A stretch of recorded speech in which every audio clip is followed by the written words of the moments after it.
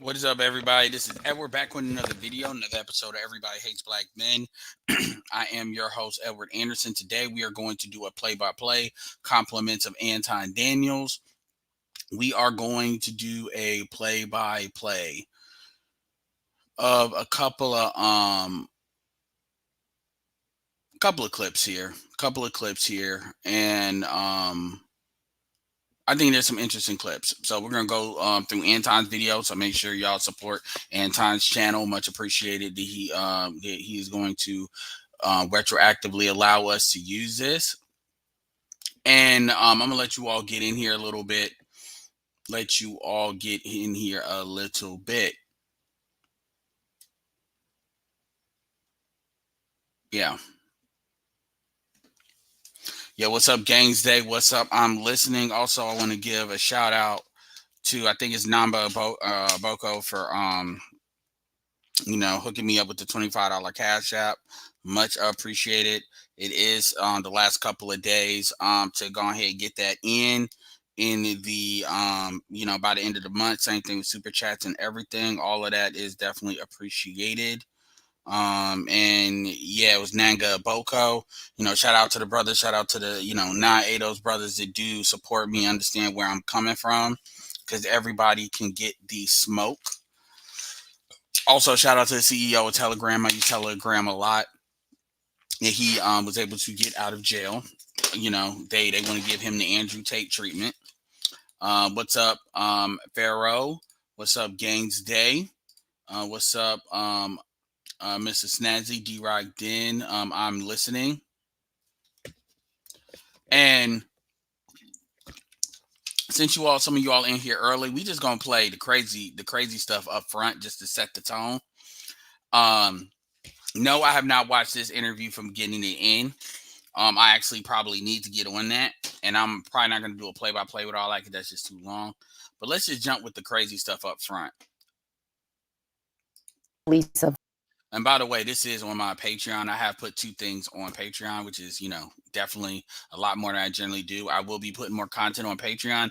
That content will require you to be a member. However, being a member is free. You just got to put your email in there. So you're kind of on the list.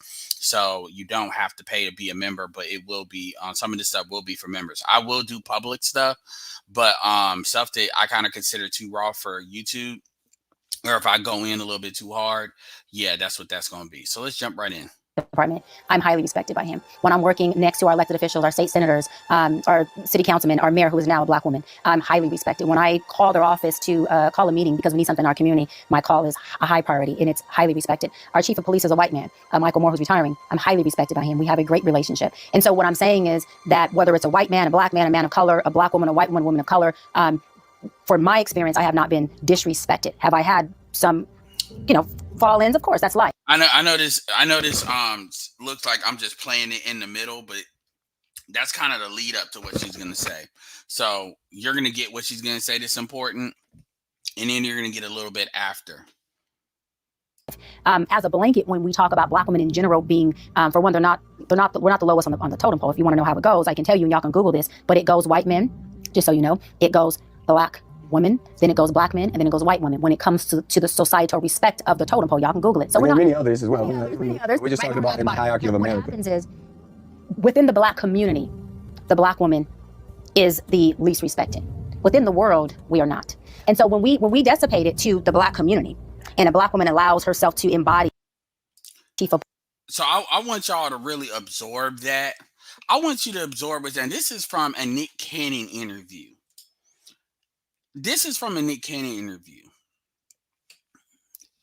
And shout out to Nick Cannon for doing these kind of interviews, especially. I'm going to keep it real with you. Griff does owe Nick Cannon an apology. Griff understands how combustible talking about, the small hats and who can be. And so for him to invite you onto his platform, it's one thing, Farrakhan, because Farrakhan, you kind of know what you're going to get. But for him to spite him in his platform and for him to kind of go that route, you really jammed Nick Cannon up in a way that you are too old and too grown to be that stupid. If you want to do that on your platform, do that on your platform.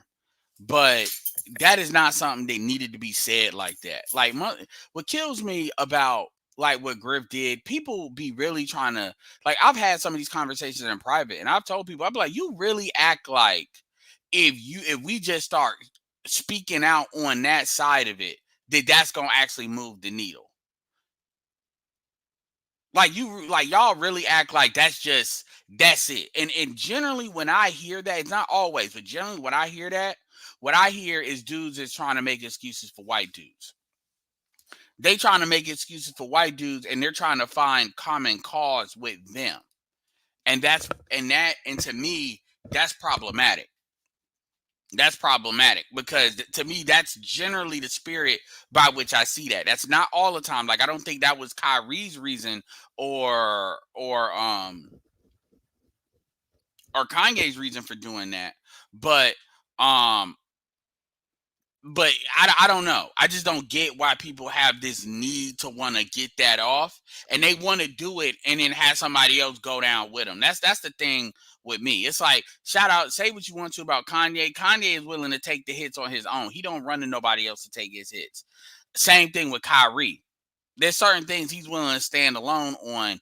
And I don't see that in a lot of black men. I see with stuff like this, everybody wants somebody else to either absorb the hit while they say what they want to say.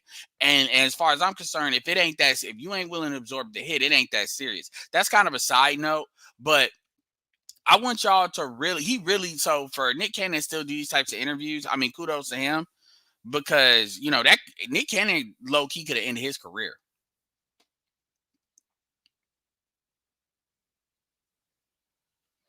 Exactly. That is what's happening.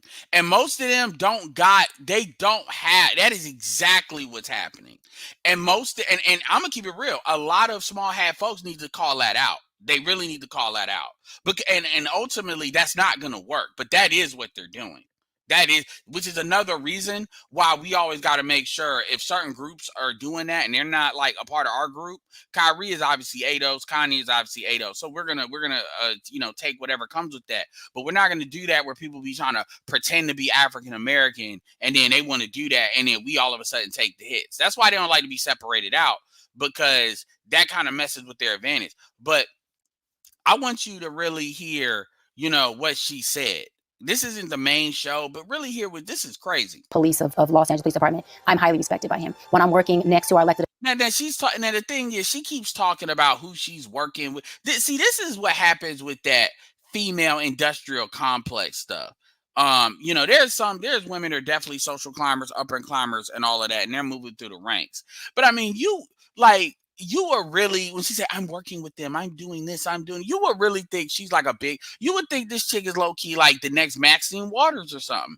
You would think she's like Sheila, RIP Sheila Lee, Congresswoman in Texas. Like, you would think she's like a woman of power the way she talking. And I've heard Ebony kind of talk like this.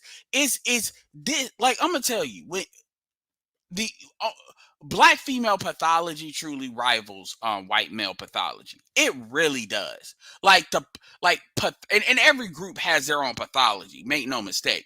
But black female pathology, like, god damn. Officials, our state senators, our city councilman, our mayor, who is now a black woman, I'm highly respected. When I call their office to call a meeting because we need something in our community. Well, first of all, black women being respected and you are two different things. Like, that you're not, like, that's not just like saying that like a rich black man or a black man with paper is going to be looked at the same as other black men. That's not true. My call is a high priority and it's highly respected. And then she's talking about my call is high priority. Like, this is some narcissistic type of stuff. Our chief of police is a white. Now, you think she's donating money? I got a question. You think she's donating money to anybody? Do you really think she's moving like political funds to anybody? You really think she's doing something that has weight, to justify what she's talking about? Michael Moore, who's retiring, I'm highly respected by him. We have a great relationship. And so what I'm saying is that whether it's a white man, a black man, a man of color, a black woman, a white woman, woman of color, for my experience, I have not been disrespected. Have I had some, fall-ins? Of course, that's life. As a blanket, when we talk about Black women in general. Man, ain't no like you really like I don't care who you are. I don't care who. Naomi Campbell has been disrespected. Oprah has been disrespected. She stay getting disrespected. Beyonce and her mom has been disrespected. Like, for you to sit here and say you a Black female or anybody, heck, Donald Trump has been disrespected. I mean, Obama low-key disrespected Donald Trump in that White House dinner. I mean, white men have been disrespected.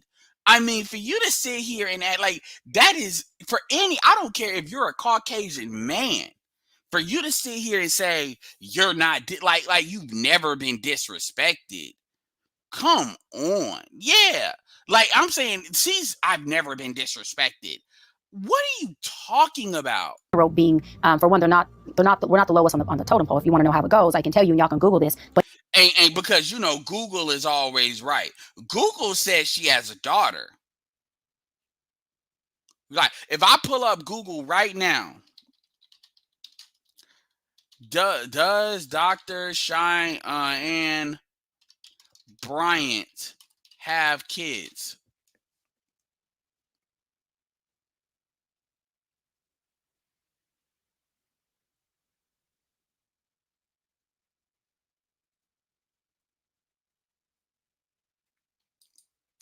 Now Wiki is trying to change it.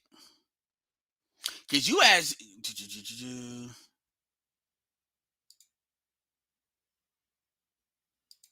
Let me see.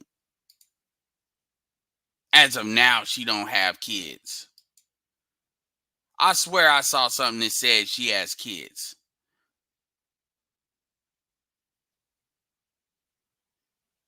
Fuck it. If we taking Google as the source, we're going to take Google as the source. 41 years old, 2024. All right, we'll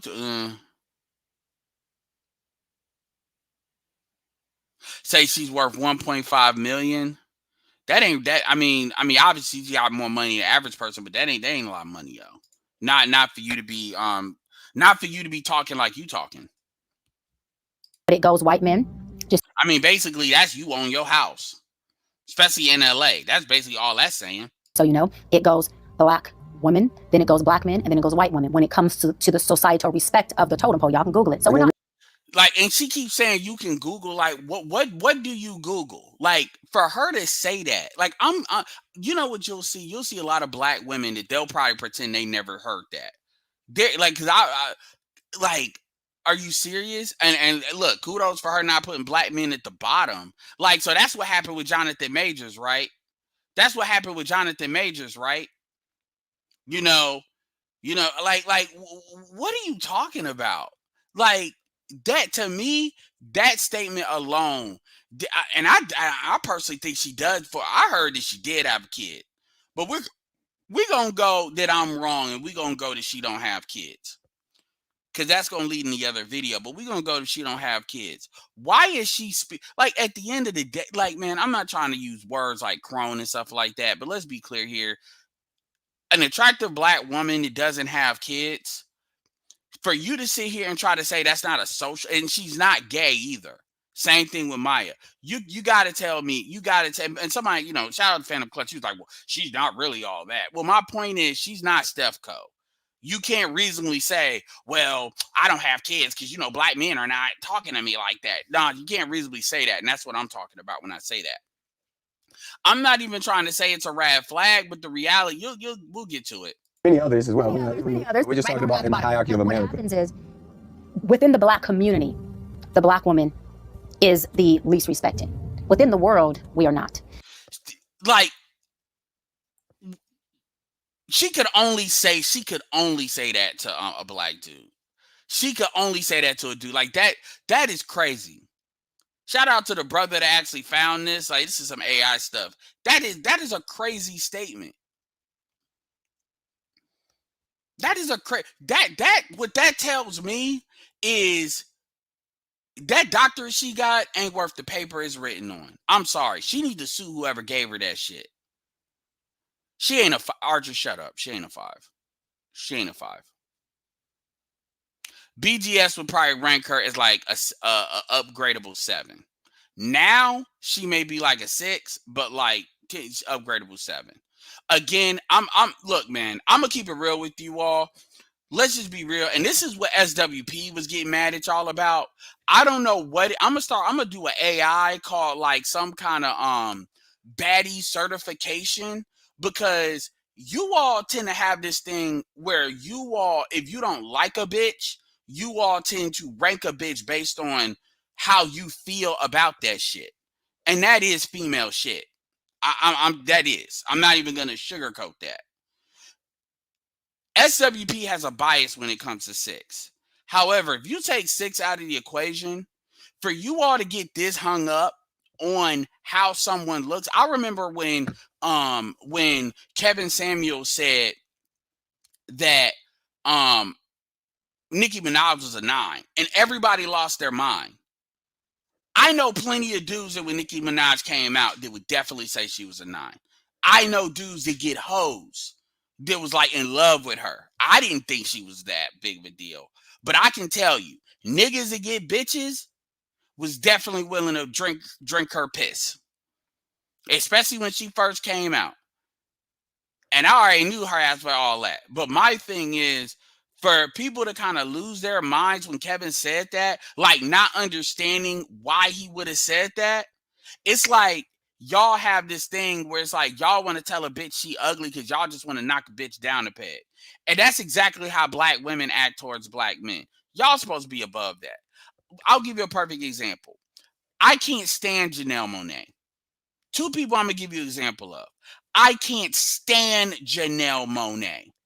But to sit here and try, if anybody tried to say Janelle Monáe is like a 6 or anything less than a 7, either you're a colorist or you bias as hell and you need your card when it comes to ranking people pool. I cannot stand Malika Andrews. Anybody that tries to say Malika Andrews is a 5 or anything less than a 6, you don't need to be ranking people because clearly you don't know how to be objective. This chick's a 41-year-old. So yeah, there's points to be knocked down for that, but she's not a 5. Steph Co is like a 4. So to say that she's one rank above Steph Co, that's bullshit. I get you don't like her. She annoys the fuck out of me. But y'all are not objective at all when it comes to that shit. And y'all get compelled. It's like y'all are compelled to put it in the chat. BGS has one of the highest and strictest rankings of any of y'all. And BGS is actually fuck fine bitches. Some of y'all have to. But so he's in LA. And BGS would say she's like at best, at worst, a 6, probably an upgradable 7. She's probably a 6 now because she's 41. She's been 35, 34, she'd be an upgradable 7. Stop bullshitting. Like, y'all need to stop that. Y'all really need to stop that. Y'all are way too compelled, like, on wanting to, y'all, man, she really this. Like, it really doesn't mean, like, y'all don't even understand the purpose of me even saying that. Because she can't say that she's Steph Co, so dudes are not trying to fuck. Are you actually telling me, are you really telling me that you're taking this chick and black men are not going to fuck this chick? Is that what you actually telling me? Because if you say she's a 5, what you're essentially telling me is she has to pay. That's what you're telling me. If you're telling me she's a 5, you're telling me she has to pay for dick. If you actually telling me with black men she's got to do that,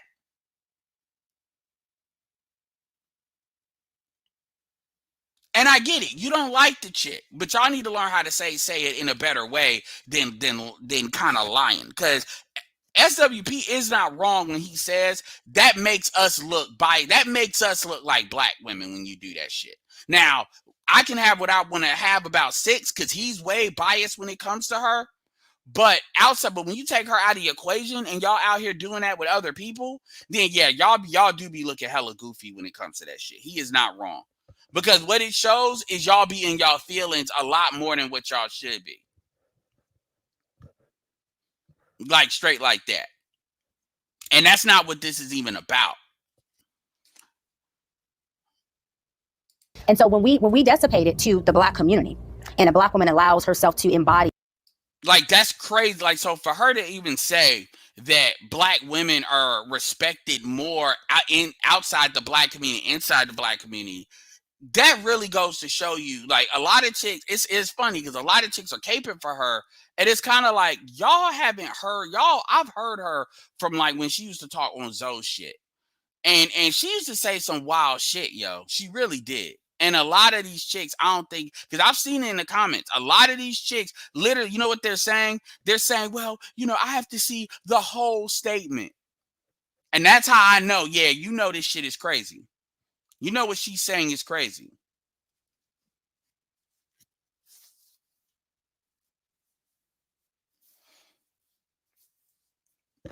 Again, I'm not arguing with you all about ranking. I mean, y'all can believe what y'all want to believe. I understand what's behind that. I'm not arguing with y'all about this shit because personally, it don't fucking matter the conversation. It really kind of shows lack of emotional control with that.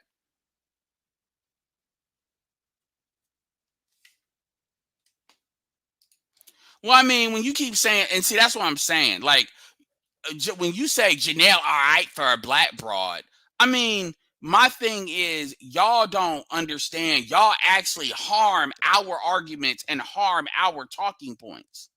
I'd rather y'all, if y'all gonna say all that, I'd rather y'all, like, be open about, I don't fuck with black women, period, sexually. Just say that so I understand, like, where y'all are coming from with it. Because what happens is, when I'm having an argument, or SWP is having an argument, or other people having an argument, when y'all say shit like that, you all allow them to basically kill our arguments by basically saying they don't like black women anyway. They hate black women anyway. They're colorists anyway.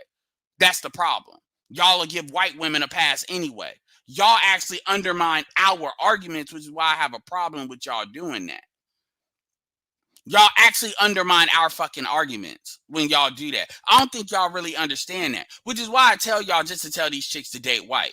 Because my thing is, I don't even understand. Like y'all have these, well, they all right. They all right. Do y'all not understand y'all act like black women when y'all do that shit?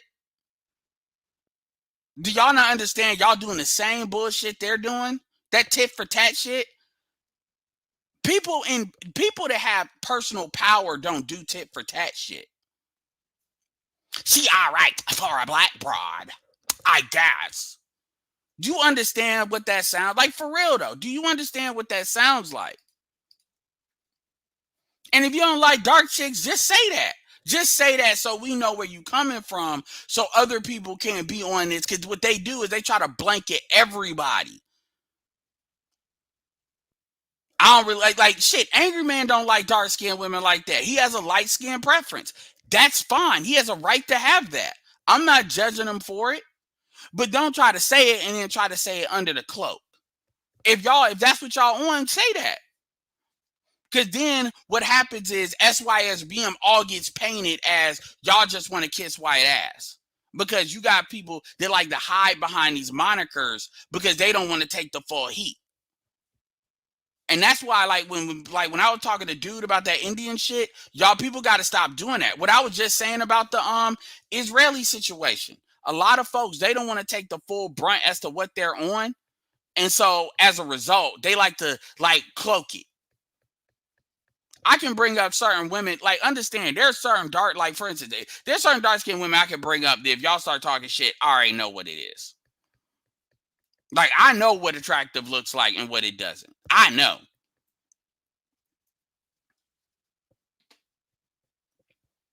You said Janelle Monáe is on the darky.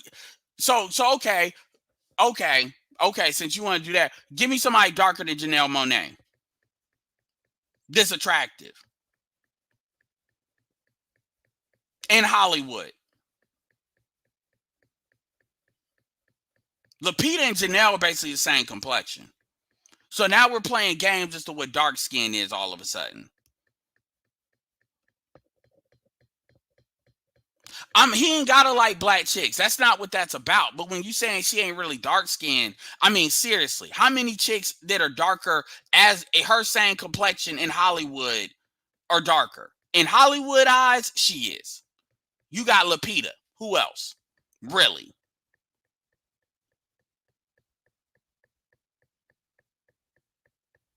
Viola Davis isn't considered attractive, so I don't want to even hear that. Kerry Washington, basically the same complexion. I'm just saying, come on, let's stop trying to be right. I hear you, but let's stop trying to be right. All right, so literally, there's been that you almost went down the altar. I almost went down. Yeah. Why hasn't it worked? And well, I mean, my thing, that 4 times again, and I could definitely believe dudes have proposed to her, but at the end of the day, that says a lot about her.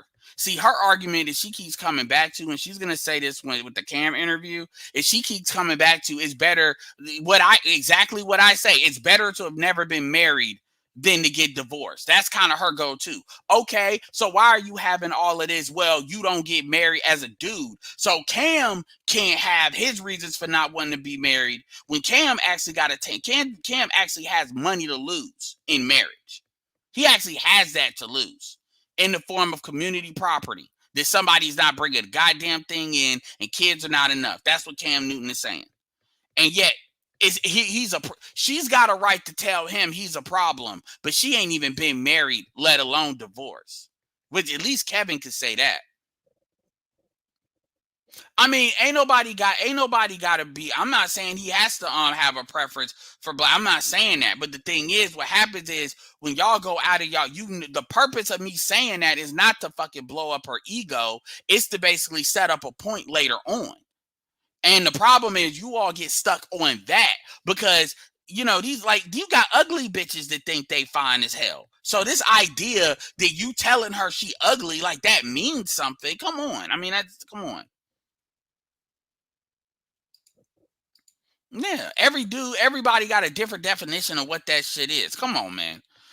Wolf Bang, shout out to Wolf Bang with the $5. Look, man, Cheyenne is a classic example of black women who don't like us. She probably F's with us because she feels stuck with us. I appreciate that. I wouldn't say that with her.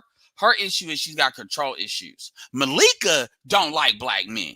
And I believe Malika blames black men for her being black.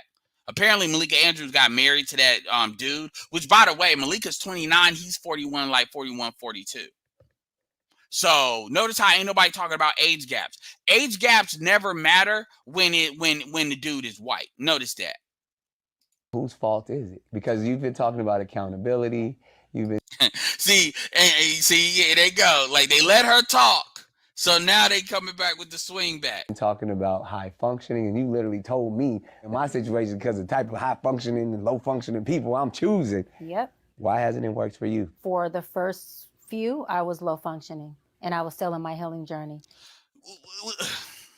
All right, we'll give points.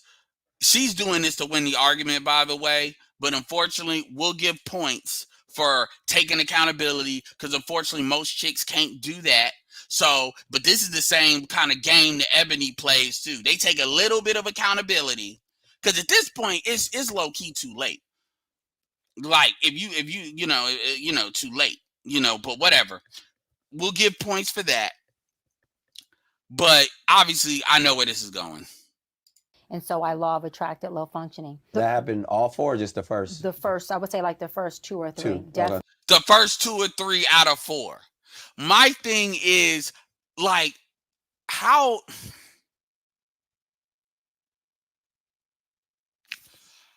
people act like asking somebody to marry you is like fourth base or grand slam. Like, how do you get to being in a relationship up to marriage? And what are these dudes just rolling the dice and throwing that out there? Because if these guys were low functioning men don't tend to offer marriage. Low functioning men tend to just fuck.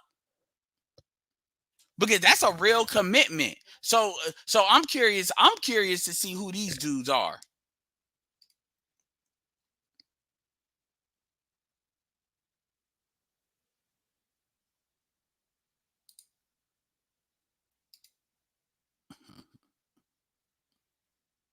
I'm curious.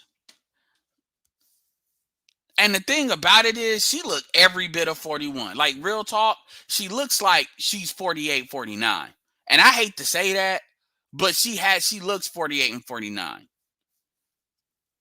I'm curious of what she looked like right beside Beyonce's mom. She looked every bit of 41. She looked more closer to 48, 49, like, real talk. Low functioning of myself. How were you low functioning that found things that where you thought this was your match? This just My thing is, when she keeps saying low functioning, I want examples, because that sounds like a marketing term. That sounds like a marketing term. She's saying low functioning, but you got a doctorate, you got a degreed up, and you talk about, well, I'm low functioning as far as my relationship. Well, bitch, you still low functioning now. Because, you know, I know what I saw when it said she had a kid, but I'm gonna leave that alone until I get the stuff where I can screenshot that. But real talk, it's like, what are you doing? Like, my thing is this, because she has a father in her life. It was in Instagram. So her dad is in her life. What is it about you that you just you had the proposal, so you can't say you didn't have the proposals?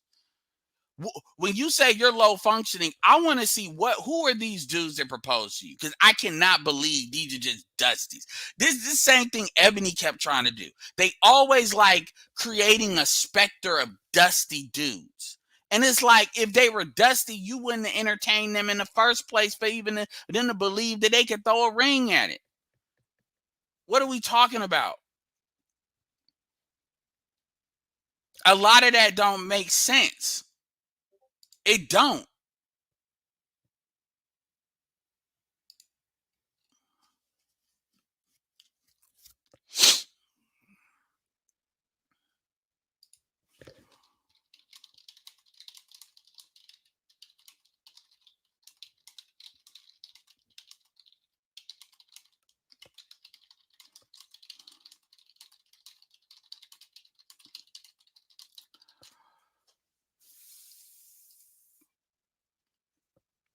Shout out to Wrench Turner.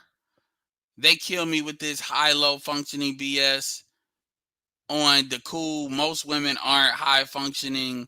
5 minutes on TikTok will show that. I mean, it's funny. It's funny. And shout out to Nick Cannon for having this conversation.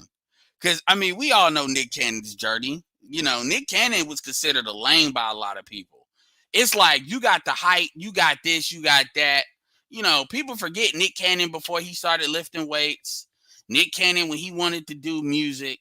You know, Nick Cannon before he got with Mariah Carey.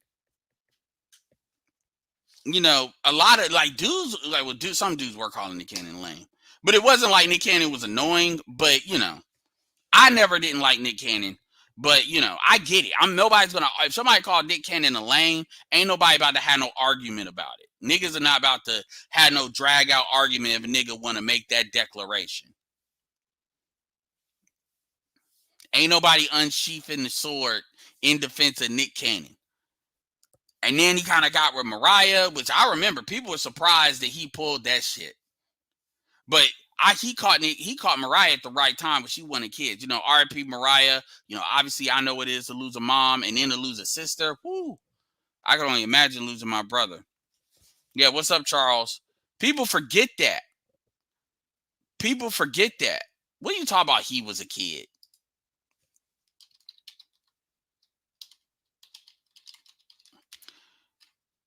Nick Cannon is 43 years old right now. 43, Mariah's 55. 12-year difference. I mean, that ain't that bad. That's the same difference Malika Andrews is with the dude she with.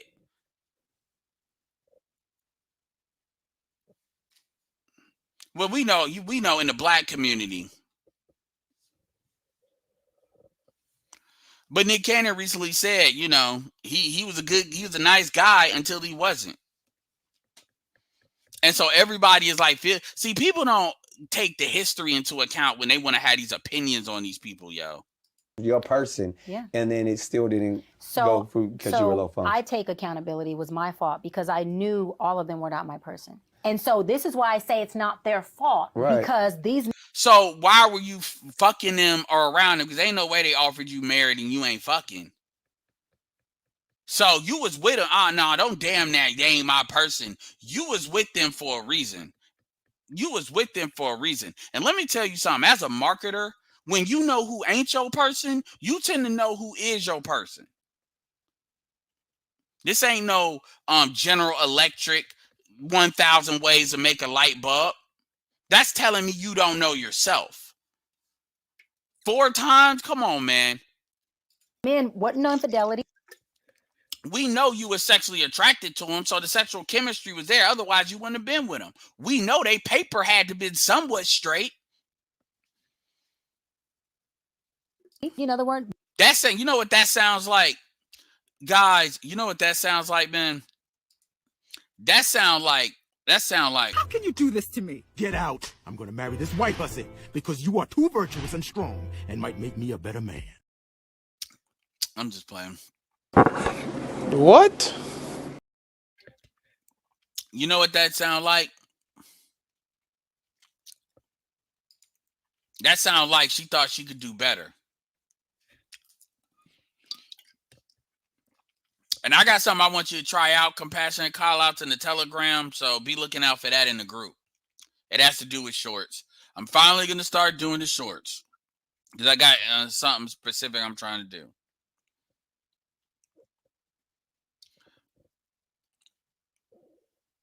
That sound like I could do better than these other dudes. They good, but I could do better.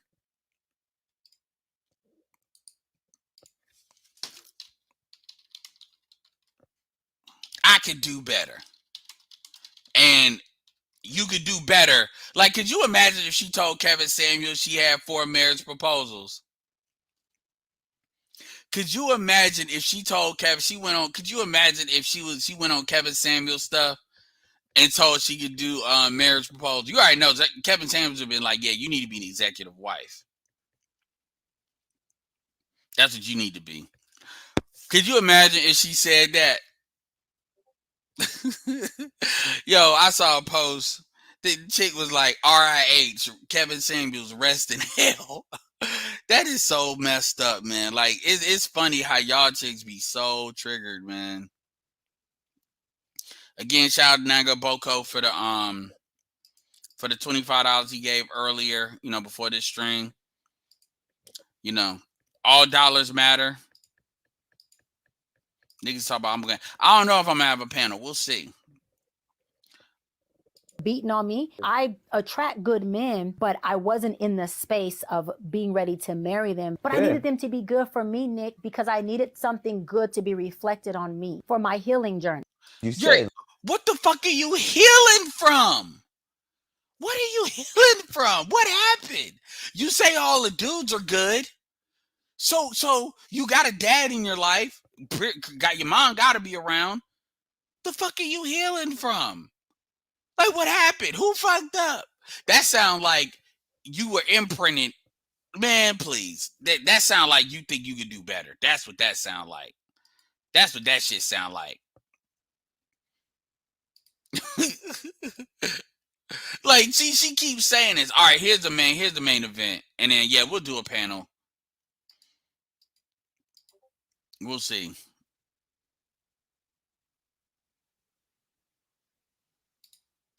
So that you can get Hard time to believe a very educated. And they keep talking about Dr. Seuss hat. First of all, Cam uses that hat to put his hair up. That's number one. And as black women, you would think they would have respect for that. Number two, Cam was setting himself up as a character in the NFL, so he could do something either like this or similar. It's called branding. It's funny how these chicks always try to, talk about something, call it a Dr. Seuss hat. Like, y'all, like, Cam Newton is still Cam and you still who you are, which is nobody. A very attractive woman. Y'all mad because Cam got more hair than you. Did I just say that? Negativity can be like an addiction. Y'all mad because Ken got more hair than you do. out of 41 years have not met Mr. Right. Mm-hmm. That's a So keep in mind, she didn't answer this shit 3 months ago. that's enough time to find a lot of things out. I bet. And yet, Mm-hmm. no kids, Mm-hmm. single. Mm-hmm.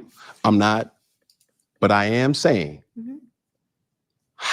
are women's expectations unrealistic? No, I'm gonna say, like I said on Nick, the question shouldn't be why isn't She a said, I'm gonna say what I said. Oh shit, I'm about to pass out. I'm gonna say what I keep in mind, those interviews are 3 months apart. She said, I'm gonna say what I said on Nick. She went the Kamala route. I'm gonna say the same speech. Somebody played like different stump speeches from back to back. And yo, that's just word for word the same thing with Kamala Harris. Yo, even Obama and Michelle knew how to season that shit with some different shit. You got to season it with different flavor depending on where you are. You got to give them some kind of uniqueness. This chick, boy, she memorized that, boy. No improv. You know, you ain't gonna be able to memorize what to do in the White House, man. Whew, that's crazy, man. women of age, of success, of a certain caliber, not married with kids. The question should be, why are people rushing to the altar just to become divorcees or baby mamas and baby daddies? I think if anything, first of all, black women are only 1 in 4 black women will ever be married, and no, proposals don't count. So, chick, you can say like the argument you making, you can't make that after 30. Like after 30, like three, like, I'm gonna be real nice for black women. After 35, you can't make that argument. I'm gonna even leave room for that chick that Ebony was talking to in a Breakfast Club that one time, didn't want to listen. She was 31, 32. You cannot make that argument because let's be clear on what happens with marriage. First of all, you got to meet somebody. Then chances are you got to be around them probably a year. Then chances are that's being engaged. Being engaged up to marriage is probably another 6 months or 2 years. Unless you want to do everything fast. Then a dude ain't gonna marry you. Ain't no point in a dude marrying you, really. That Kamala situation is different because that's a social climate situation. But other than she was a politician. So that there was a mutual kind of reasoning for that. There's no reason to marry no chick if you ain't about to have kids with them. It is absolutely no reason. Unless you're trying to move, unless you already have kids and you're trying to consummate the situation. Other than that, I don't get it. I don't get it. And women, I want a woman.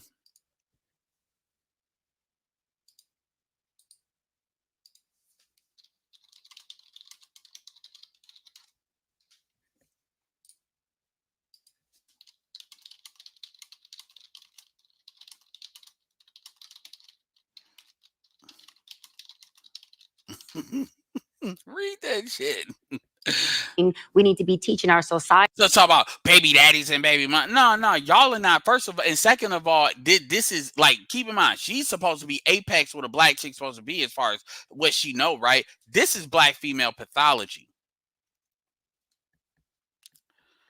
This is black female pathology. This is what that is. You know, black women don't value marriage. That's really what that comes down to, because they see marriage as a guarantee you're gonna be tied into black men. Because I promise you, black women value marriage a lot more if they were marrying other groups of men, and that was more of the norm.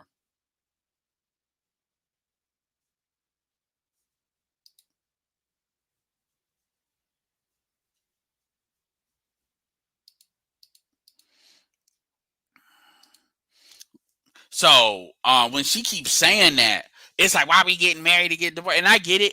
Here's my issue. My issue is not what she's saying. My issue is, so why is she, I guess, if she, assuming she's childless, she want to play the I'm childless card. This is how you wind up being Ebony Williams, though. She wanna kind of have it both ways, man. You know, we having these baby mamas. Well, these chicks are having kids out of wedlock anyway. They're having kids anyway. I got more respect for a chick that had kids within marriage than had kids it got divorced than never had kids in marriage, because that's a commitment you signed to that man. So it does alleviate certain baby mama daddy problems, unless you putting him on child support and throwing him through the ringer. It does matter. And so she's trying to deflect off of that. Yeah. Like I'm like dead ass serious about this. And here's my thing. I'm not saying she just ain't gonna find nobody never. What I'm saying is, based on the standards that she has, that's like, it's like the NBA or college basketball. Once you get below a standard, that's it. This ain't no, it's that threshold. So I'm talking about this based on, people can make a deal with anybody. You think Kamala Harris' husband has the same qualities as a lot of the dudes she was dealing with before? No. Take your time, young man or young woman, so that you can. Well, first of all, men, we tell men to take their time, but women got this thing called a biological clock. So that's between you and God. It's not, you can, like, this is how you wind up being Ebony Williams, 41 years old, still acting like you still got another 20 years or something. I really don't get, I don't like, and this is like, what are y'all telling these chicks to where they can believe that? And so if she's 41 years old, that means she was born in 1982, 82, 83. That's what we dealing with. We dealing with these 80s chicks that man. And get to know not just this person, but yourself first, so that you I told you about her having these titties out, man. That's something. Can choose a life partner, not that that person isn't exempt to divorce, instead of rushing to the altar just to become a divorcee or a baby mama. And dude, like, black people don't rush to altars like that. Black people don't rush. It's interesting for Anton to hear this, being he got me. Black people are not rushing the altar. That's not a problem in the black community. Like, the problem is not, well, they rushing the altar having kids and then they just divorcing, because let's be clear here, the majority of divorces are activated by women anyway. So it's like, come on now. Have multiple kids by multiple women just to say you have broken families everywhere. Mm-hmm. I don't see no benefit in that. Well, that's what they used to do. That's what they used to do back in the day when we were a lot more married, by the way. And also, again, you keep talking about broken homes. You cannot compare NBA. Like, even when you look at a guy like Jeezy, Jeezy's folks ain't dealing in rap. You cannot compare dudes that got money like this to rap. You cannot. That's a false comparison. Like, that's like saying, well, Trump's got broken homes. Nobody's really saying that. Does Ivanka look? Does Trump kids look like they come out of broken homes? Do they look like that? Are they not able to marry into the type of families they kind of low key need to marry into? Let's cut the bullshit. Let me say this. I agree, but then at the same time, I think that Cam asked a reasonable question.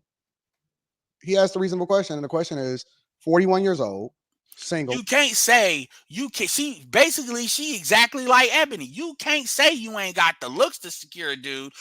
Regardless what y'all think, how she look, she got 4 proposals. And what I would want to know is, are those dudes married now? And then it'd be like, oh, well, they that wasn't my person, man. That's bullshit. No kids. How are you not married with children? Now, on one end, I could say I absolutely positively rock with the fact that anybody should be able to do anything they want to do as long as they're not affecting somebody else's life. That's cool, but she's judging. But the problem is she's judging other people, and then we under the assumption she got her shit figured out. Meaning that kids should not be the ones that pay for the sins of their parents. I'm not tripping off the fact that women choose to be single at all. It's not. I'm not tripping on that either. But the problem is, there's certain things about relationships that you can't speak on unless you had certain experiences. That's just real talk. Like, obviously, at an intellectual level, I can say a lot about kids that theoretically, if I had them, what I would do. I can say that. But come on, man. Come on. Whether it's online, and I could do a whole bunch of shit, but at the end of the motherfucking day, and I'm not saying there are certain suggestions you might take under advisement. I'm not saying if I were to talk about homeschooling, why it's important, if you a dude that you got your kids in school and you didn't really think of, oh, that's an option, that's a viability, a possibility, that you just write it off because I have kids, you may take it under advisement. But you would be a fool to listen to me and take any kind of real risk over somebody that ain't never had kids, that my brothers don't have kids. Now I can tell you about not you having a mom that didn't get to see grandkids because none of us had them. I can tell you about that, and the feelings that may happen with that, of maybe doubt, regret, and stuff like that. I can tell you that. But there's certain thing, and BGS has said this too. It said he taught you there's a certain level of maturity you just don't have unless you have kids. I understand what he's saying, but whatever with that. But that's kind of in the same vein. Come on, man. So like that's true, and you see this with Kamala Harris. And with women, there's certain neurochemical factors involved. There is certain neurochemical processes that you haven't gone through if you don't have kids. Now, I'm not saying that's just a up and down thing, but it's kind of like who are you to tell him his situation? Like, honestly, what's the difference between Cam Newton and like some kind in whatever Laden or whatever Arab that's got multiple women with multiple kids that's consummated in Muslim marriage? What is really the difference? Thing, it's not something that I'm ever going to be concerned about. You will never ever see me hold a woman accountable for being single, 40, and no children. Now, as far as those type of women giving advice to other people, then we exactly. Nobody's beating her up for doing that. That's not what it is. But she's giving advice. She's making money off this advice, and she's influencing folks off this advice. And she be the same chick that's telling women you don't need to have kids. You just need to wait. And this is why a lot of these chicks, they don't tell them abortions fuck up your womb having kids later in life. So these are the same chicks that tell you have your whole phase and then say you need to heal. We can start to have what about whole phase culture? A conversation about relationships, because everybody can have their opinion, but they can't. I swear to you all, on God, I didn't watch this video. I did not watch this video. Tell you how to be successfully married, in my personal opinion. Of course, everybody could have an opinion, but I'm not going to hold that accountable because, again, they're not doing anything wrong to anybody else. Yeah, and people will make the argument, well, why didn't you say that about Kevin? Well, Kevin was married twice. So Kevin may not be able to tell you how to keep a marriage. He could tell you how to get there, though, and that's what he was doing. That's what he was doing. And Kevin was able to get Brittany Renner to calm her ass down. Think about how Brittany Renner has acted before and since. But she acted like she had some goddamn sense with Kevin. That should tell you a lot. That should tell you a lot. That other chick, Jessica Wong, that should tell you a lot. Everything that they do has something to do with their own withhold. The flip side is, how do we get here?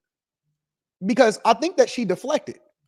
She did. And the thing about it is, let's be very clear here. A man not having kids and being 40 is not the same as a woman. First of all, it's not the same from a biological standpoint, because I know a couple of dudes, like, I'm just going to put it out there, like Sub-Zero had his kid late. Sub-Zero had his kid hella late. I think he had his kid at like 38, 39. 38, 39. And yes, Sub-Zero is married. Kudos to him. To the woman he had a kid with. He put her on probation up for a minute, but my point is that's not the same thing though, because women have a biological clock, number one, and that's going to inform their relationship. To that, look at what Ashanti did. Ashanti had to do everything. Wham bam, thank you, ma'am. That only worked because her and Nelly had a long relationship.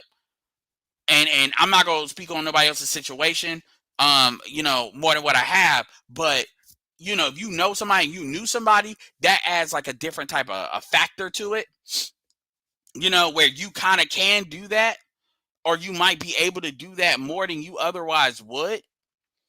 But make no mistake, but if you don't know somebody and you just trying to speed everything up, nah, that ain't it. That ain't the right. And I don't say I recommend you doing that, even if you do know them. know the person.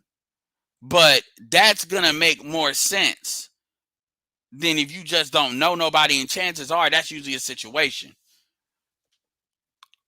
But the problem is when these women be wanting to double back to certain dudes, another woman has come around and swiped them up already. She tried to justify what it is that she was saying by then saying that, well, listen, I think that there's too many single baby mamas and so many whatever, so on and so forth. That don't have, we know that, but that don't have nothing to do with the question that we ask you. Did you pass up on the man that you thought that you were supposed to marry, or you think that you were supposed to marry? And did you forego that? And then you're trying to justify it by saying, well, listen, I think that too many people are rushing into marriage. That's not the question, ma'am. I want to get to the rest of this video, and then we're going to bring it back, and I'm going to give you all my thoughts at the end of this. Take your time. You don't need to rush Different for men than it is for women. That's the truth. Exactly. to an altar just to divorce this woman. And another thing is people who actually, First of all, you keep saying you don't have to rush to an altar just to divorce this woman. Men are not the ones getting these fucking divorces, yo. And you like, that's not, Tyrese didn't divorce his chick. That's not what's happening. That's not what's happening. feel high valued within themselves, not financially. Here we go. Internally, they feel high valued. They're not rushing to have a wife or a husband at the expense of divorce just to feel. Again, this question was about you.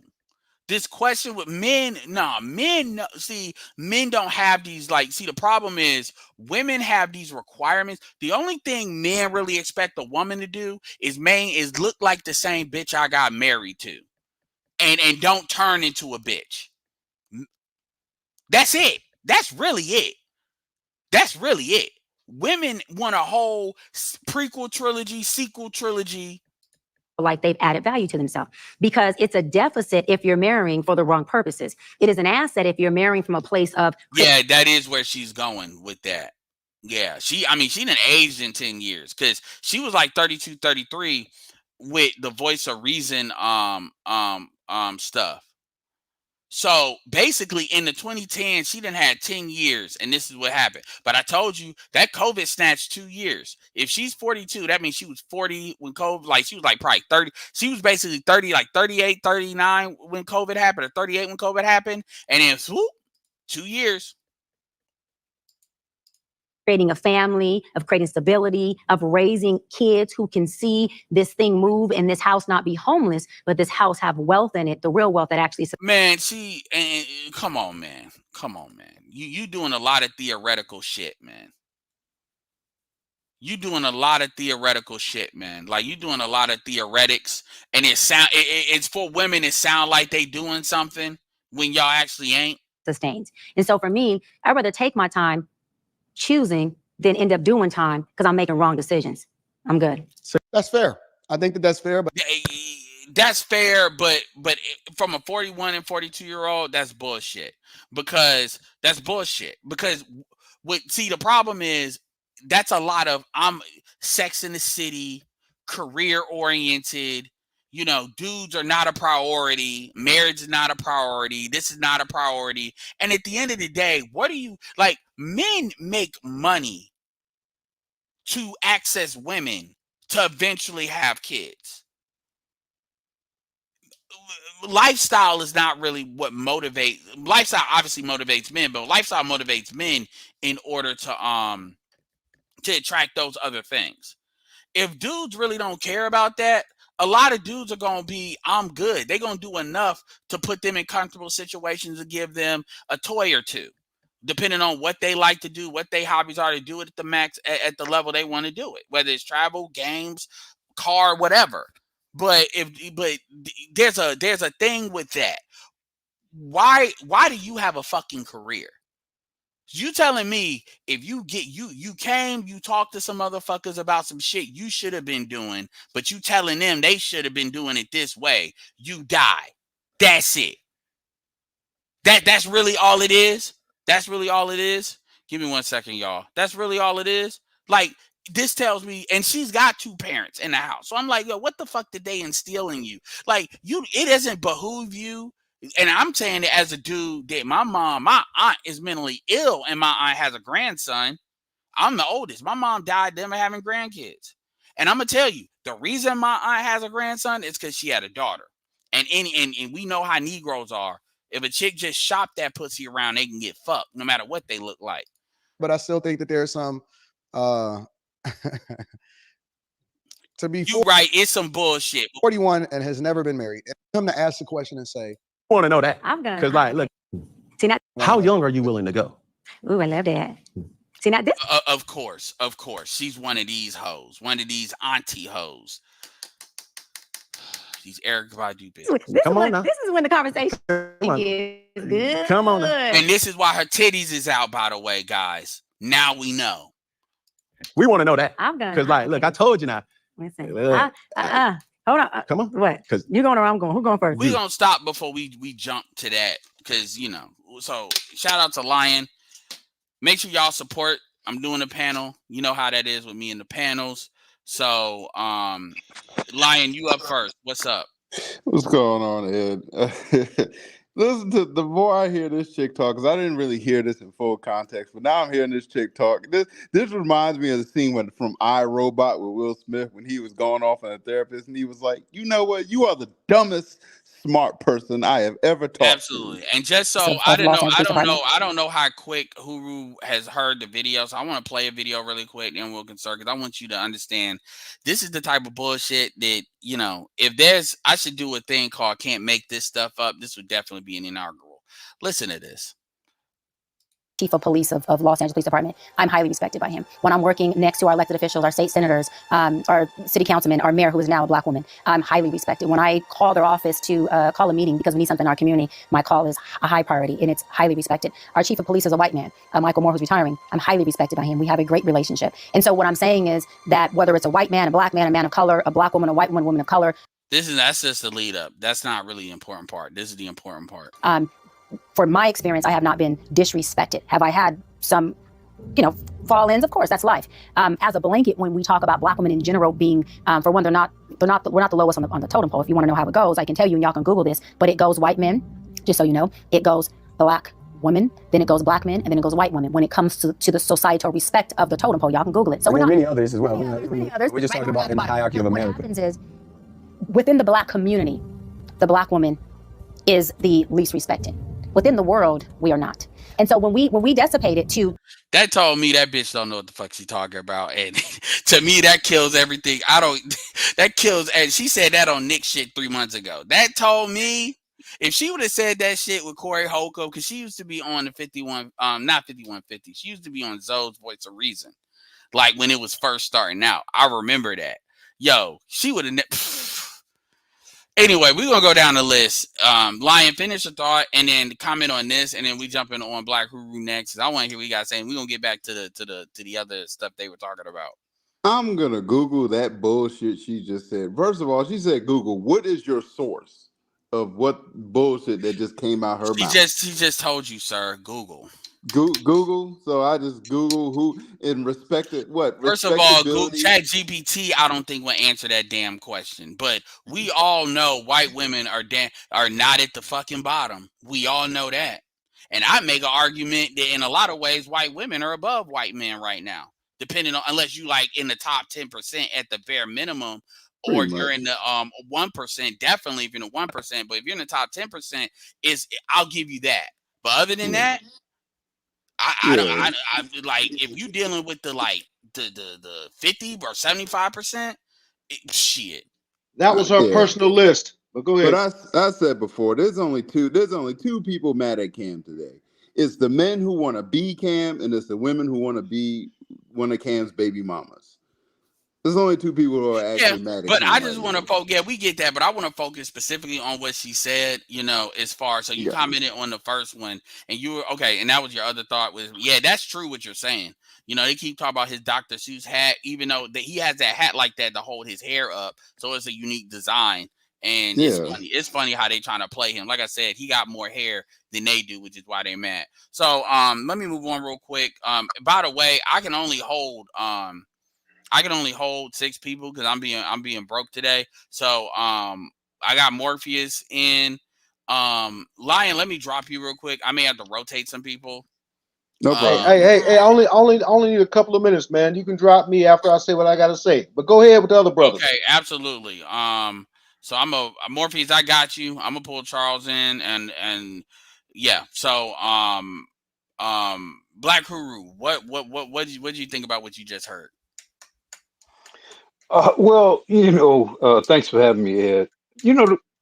What bothers me about these interviews, because I haven't really listened to them very well, I've just heard snippets, but there's this paradox in social media where the people who have the greatest audiences tend to be those who have the least to say.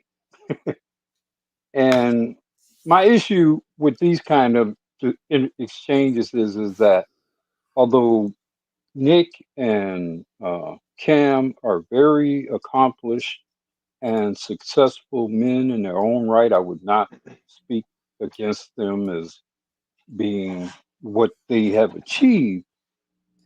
They don't go that deep into certain discussions.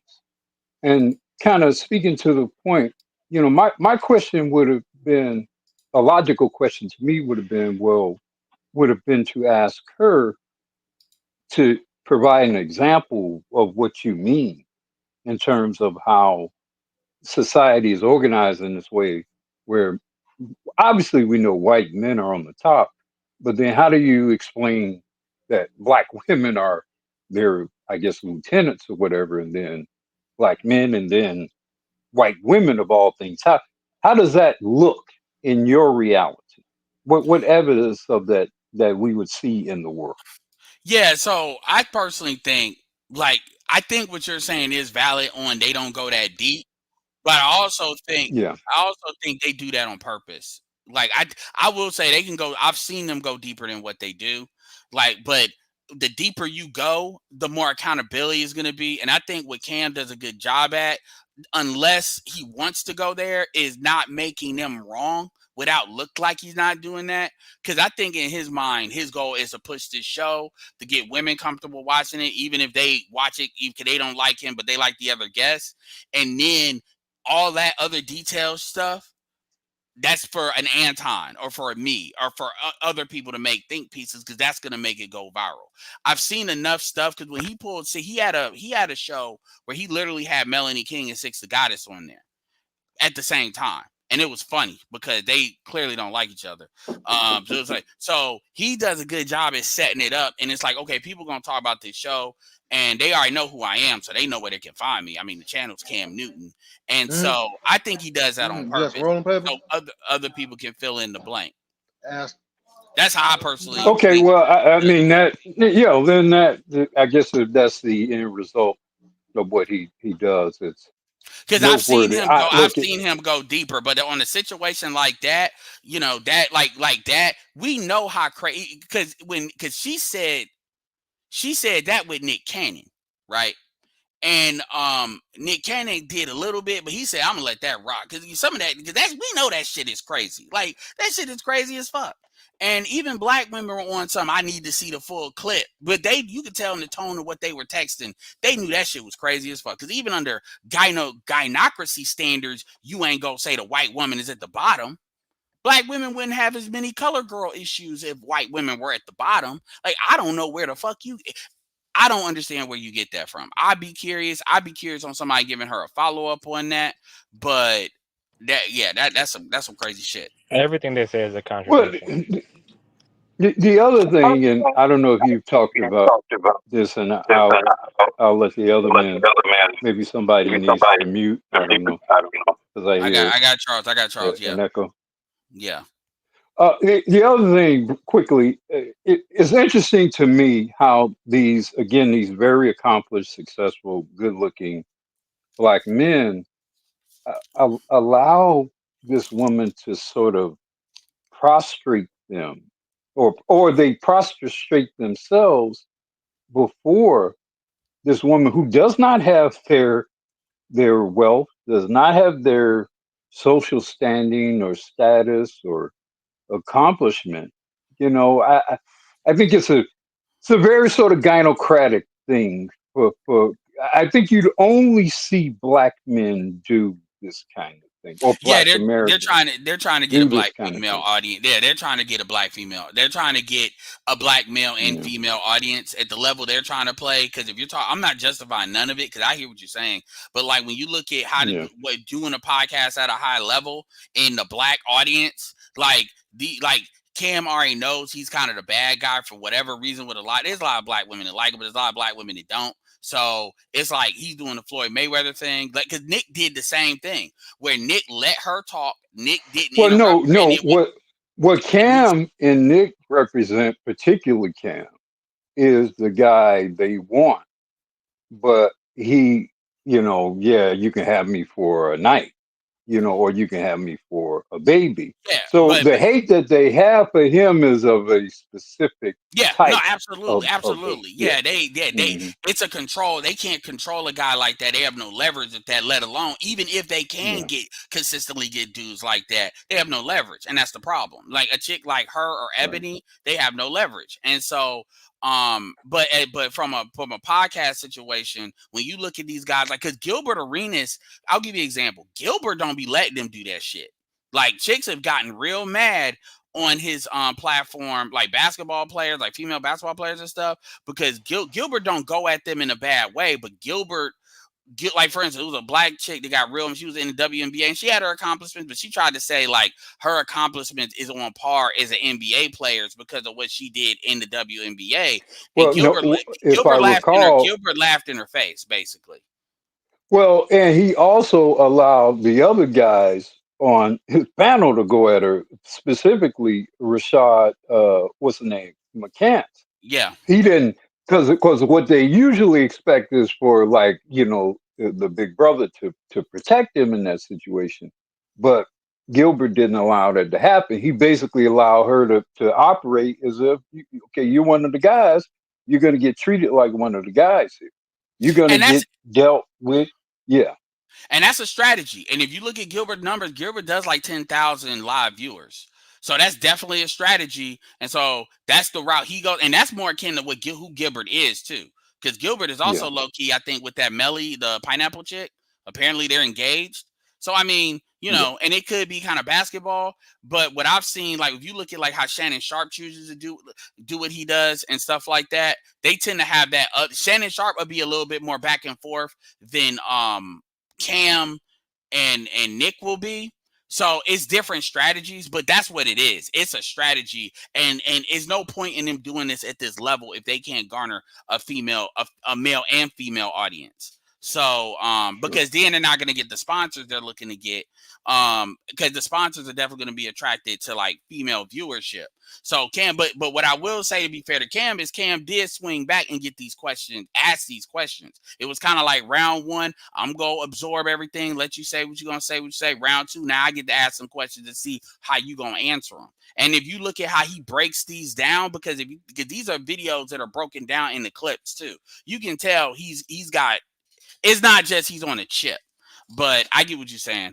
Archer, I know Archer wanted to say something. He said he'll drop off, and Wolf said that too. Morpheus, I got you.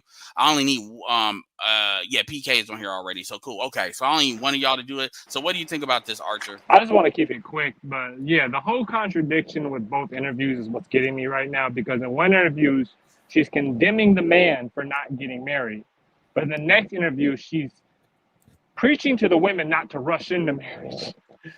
And how that's not a guarantee. So you're going to have a society where you're telling women they shouldn't get married regardless if they have kids or not, because they shouldn't create broken families through marriage. But the men who have kids with them, they're bad guys for not marrying the women you're telling not to get married. It doesn't make sense. Oh yeah, she's absolutely full of crap. Because first of all, how do you get mad at men for getting married? You got 4 marriage proposals. And you're not going to tell me those aren't from, and you're not going to tell me those are not from 92 dudes. You're not going to tell me those are not from 92 dudes. Y'all are not going to tell me that those are not dudes that you were sexually attracted to, because you wouldn't have been with them as long as you were. She even said they didn't beat me, they didn't cheat on me. That's what she said. She has that look where, especially when she was younger, a whole bunch of niggas just want to put her on, like. But how can we have a society, or how can we have where we talk about the contract between men and women, where the women have agreed amongst themselves that marriage is not the move, They have all black women have this agreement where they all preach the same thing, that marriages don't last forever. They all have the same talking points of why Well, marriages is that's not guaranteed. BGS. But then they BGS turn would say. around and BGS would say say. Oh, go ahead. Go ahead. they turn around and say the men are bad because the men aren't marrying the women who don't want to get married. I'm done, but that just blows my mind. I can't put the pieces together because it just makes no sense. Yeah, I get it. It doesn't dawn on them that they say that shit. Like, how does that make sense coming out of their mouths as much as it does? Like, Archer's absolutely right on that. And that's pathology. I mean, the only thing I say, these chicks are not wives. And I think, too, what they don't where they kind of mess up, though, is they have this thing where if they deal with non-black men, this doesn't become a problem. And it does. Because if you have a muscle, you have an exercise. You're not going to just exercise it for the right group. You may be able to pretend for a certain amount of time, but eventually when stuff hits the fan like it needs to hit the fan, it's gonna come out. And contrary to popular belief, though, like a lot of those relationships don't be lasting like they be trying to act like they do. So he is absolutely right. And so Wolfbang, you were kind of up before Archer, but Archer, appreciate Archer for coming down as well. What's up, AB? So what are your thoughts on like the Veteran. kind of what are your thoughts? Yeah, it's all good. Archer's a veteran. I got no issue. Hey, look, man, I just found out a couple of hours ago that this young lady, because she's younger than me, so I'm gonna say young lady, got 3 or 4 marriage proposals, most likely from black men. She said no to all of them.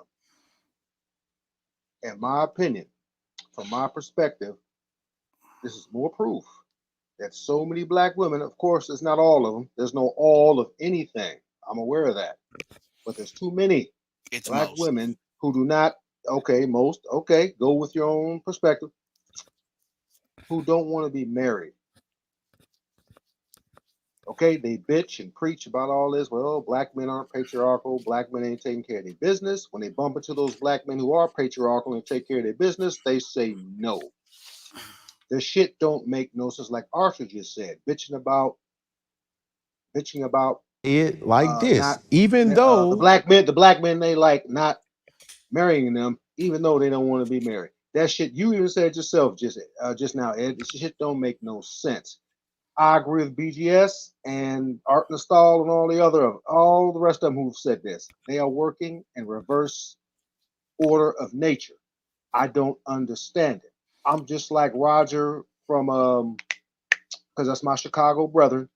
I'm just like Roger from Roger Report Live. He said if he had known what he knows now, he would not have pursued specifically a black woman for 18 to 20 years for marriage.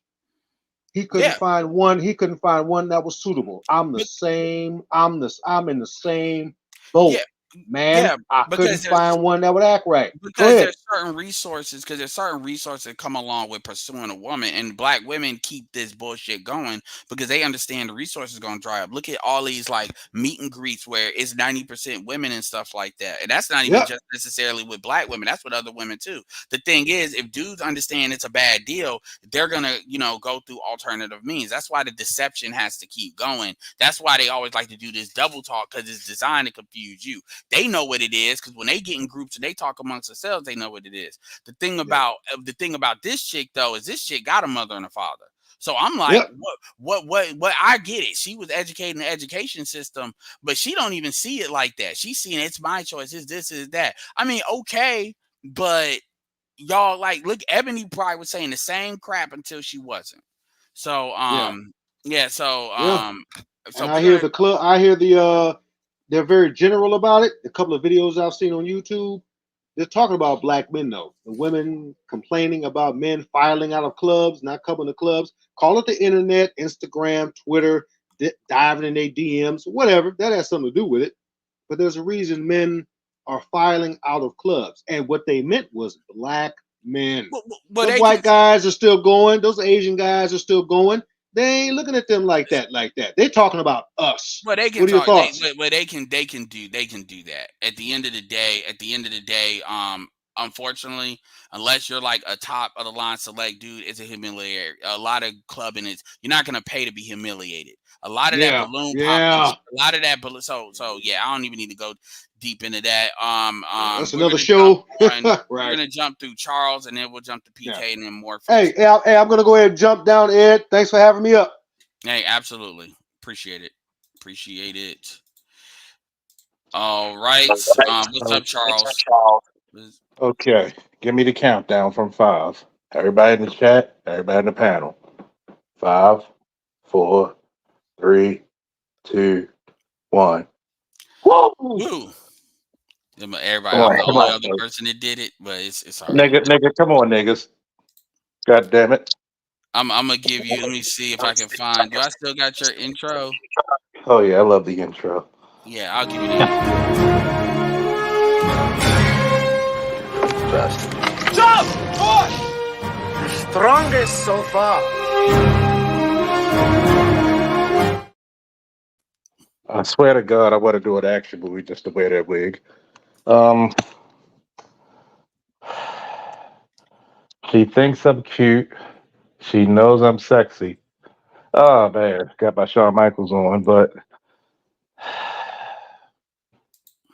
you know what the saddest part about dealing with so many educated women that I have? That you find out no matter what degree, no matter what level, they're too dumb to be stupid. It's worse when you're so stupid that you're getting your own progress. My dad once told me you never interrupt an idiot making a mistake. How are you going to tell me about parenthood when you refuse marriage? What makes you such an expert? Your degree? You going off a theory where I'm going off of reality. I'm going off of practice. Well, you didn't marry your child's mother, Charles. No, I didn't. But guess what? We have a beautiful relationship. That's my buddy. You know how long it took for her to be my buddy? When she had 2 other kids by somebody else. When my son graduated the 8th grade and she thanked me and said I couldn't do what you do. I know you couldn't. See, I make sure if something happens in life, you're my contingency plan for my son. I don't look down upon Cam, Future, Nick Cannon. I'm sorry. You know how I feel about Anton. I don't care for the purple pill because it gives you too much room to be double-sided. Have you ever heard Cam Newton being a bad father?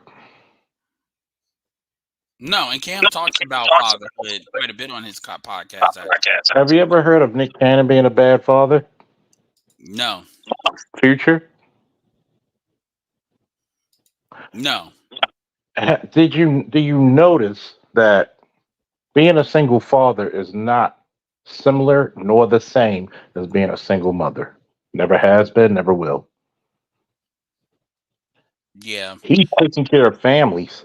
You think these bitches be able to take care of their families without him? Fuck and no.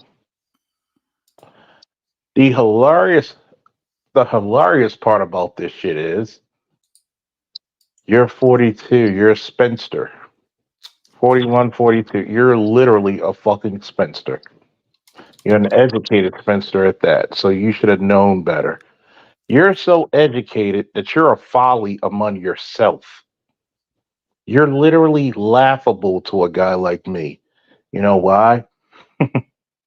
Say what you want about me, but I'm going to ask you this question.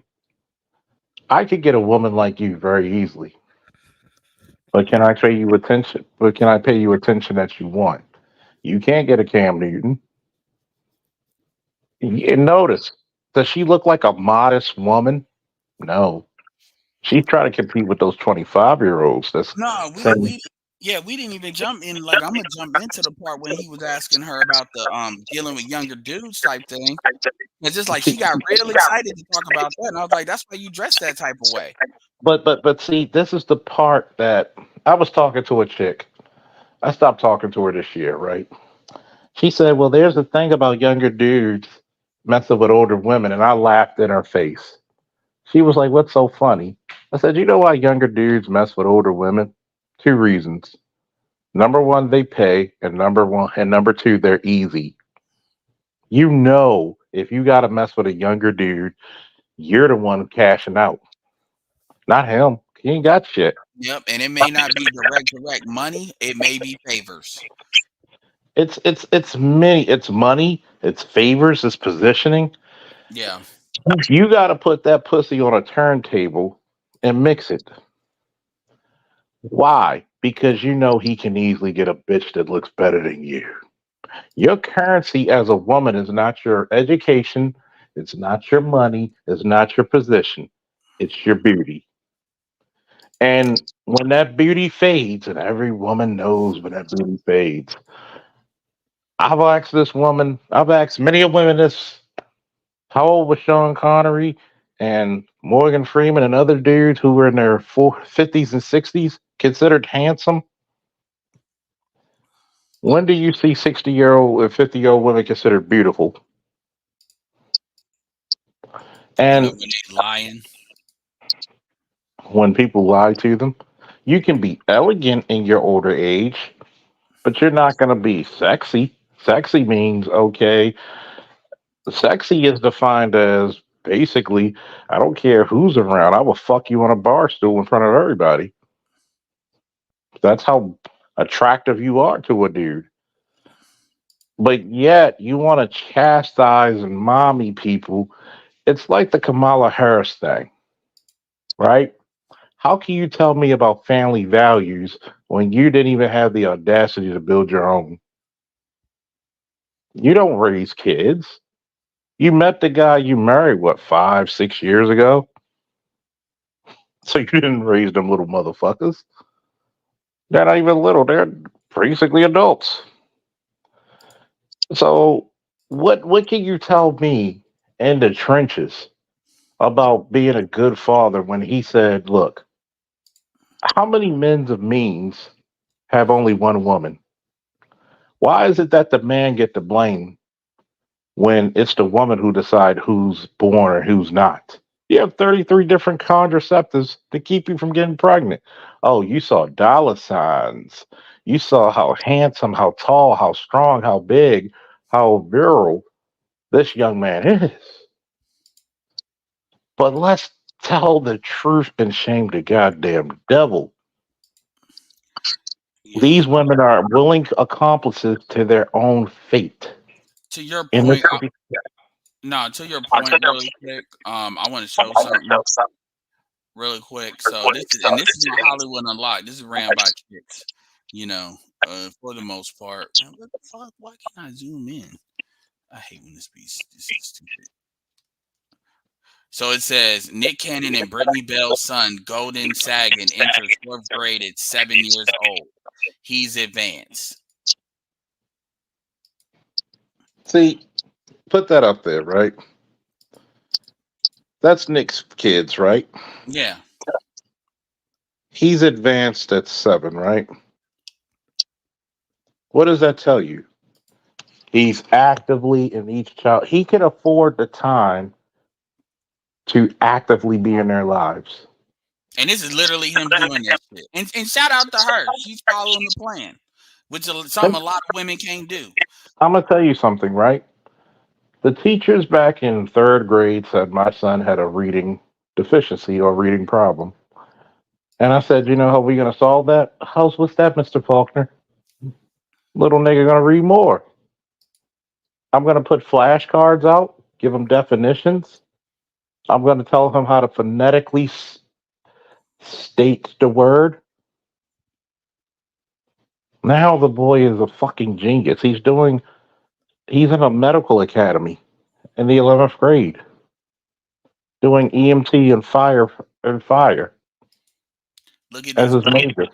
broken But fucking homes. but yet, how can you have a broken home is defined no other parent in sight.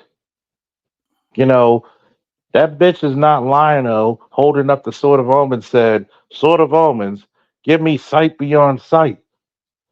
Looking through space and time trying to discover the nigga. No, he's there. You're not a single mom.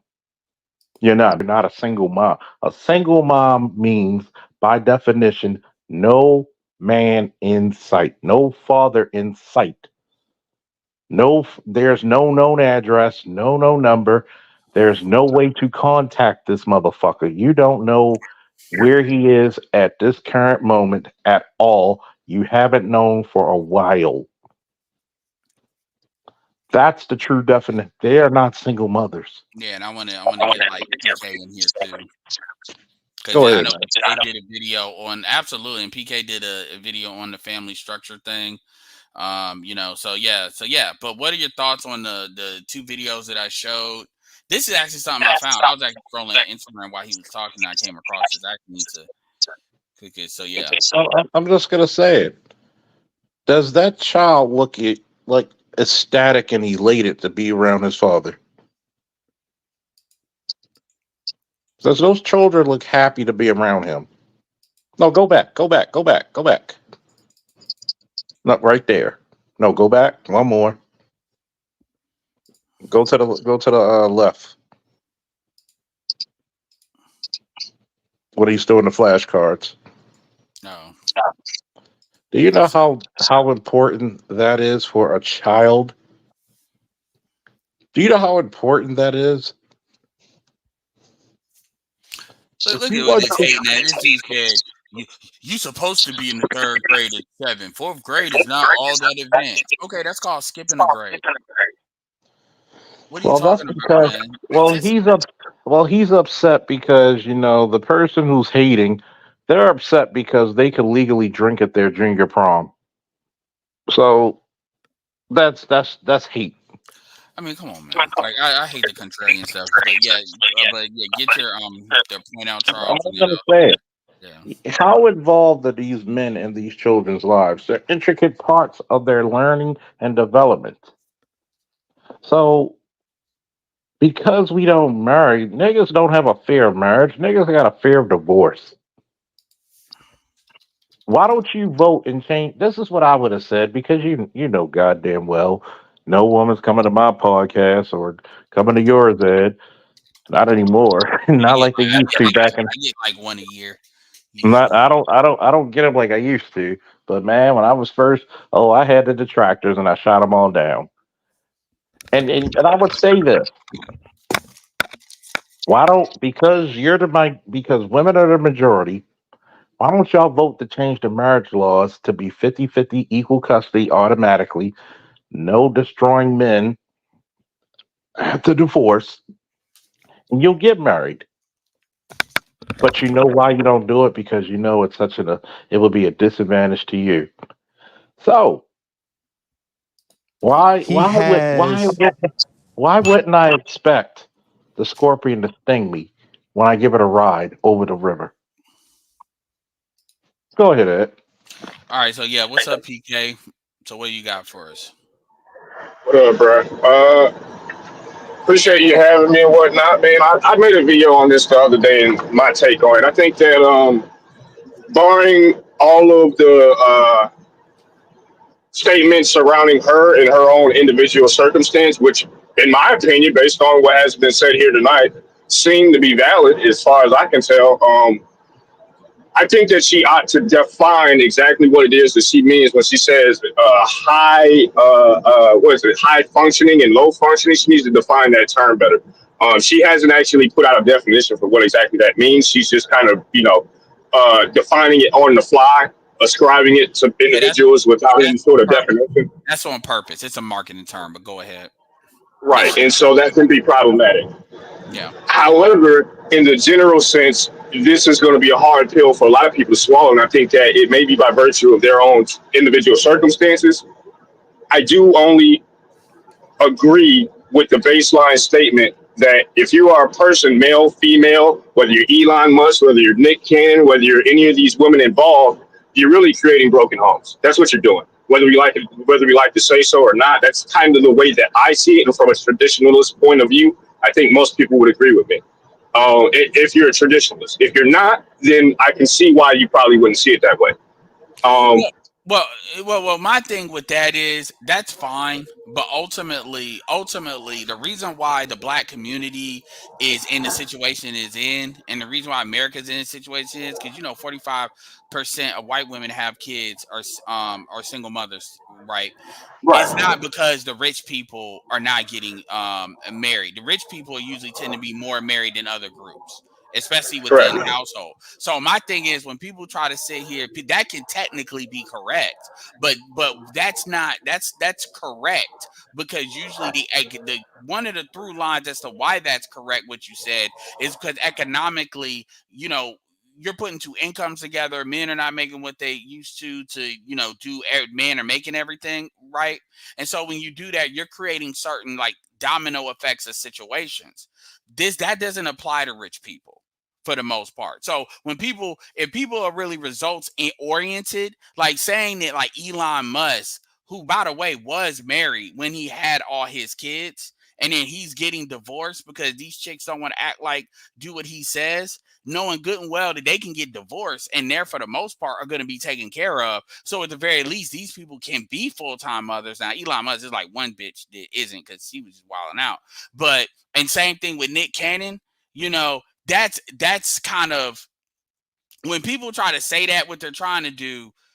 I know that's not what you're saying, but what they're trying to do, it's a control mechanism. They're trying to use celebrities as like this thing to try to shame dudes on. Like if dudes, like they said that Nick Cannon and Cam need to be held accountable, as if these women are not signing up for this deal. Like Right. And so that's not at all what I'm trying to ascribe to any of these people. The baseline for me is that ultimately, if you're going to take on so many women in some sort of type of poly relationship situation, then they ought to be all under the same purview and household, and you're dealing with all of them. That's kind of how I see it.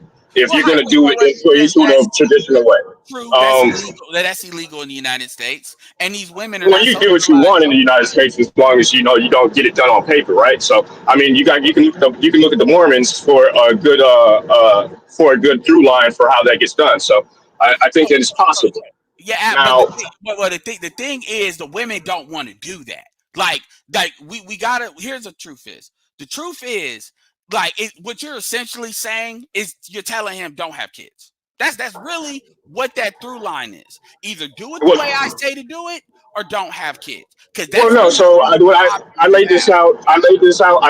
In my video. If that's what you want to do, then ultimately you're left up to make a hard decision. You got a hard pill to swallow in the sense that if you're going to create these circumstances, then quite frankly, your children may suffer consequences, and the society as a whole suffer consequences by virtue of that.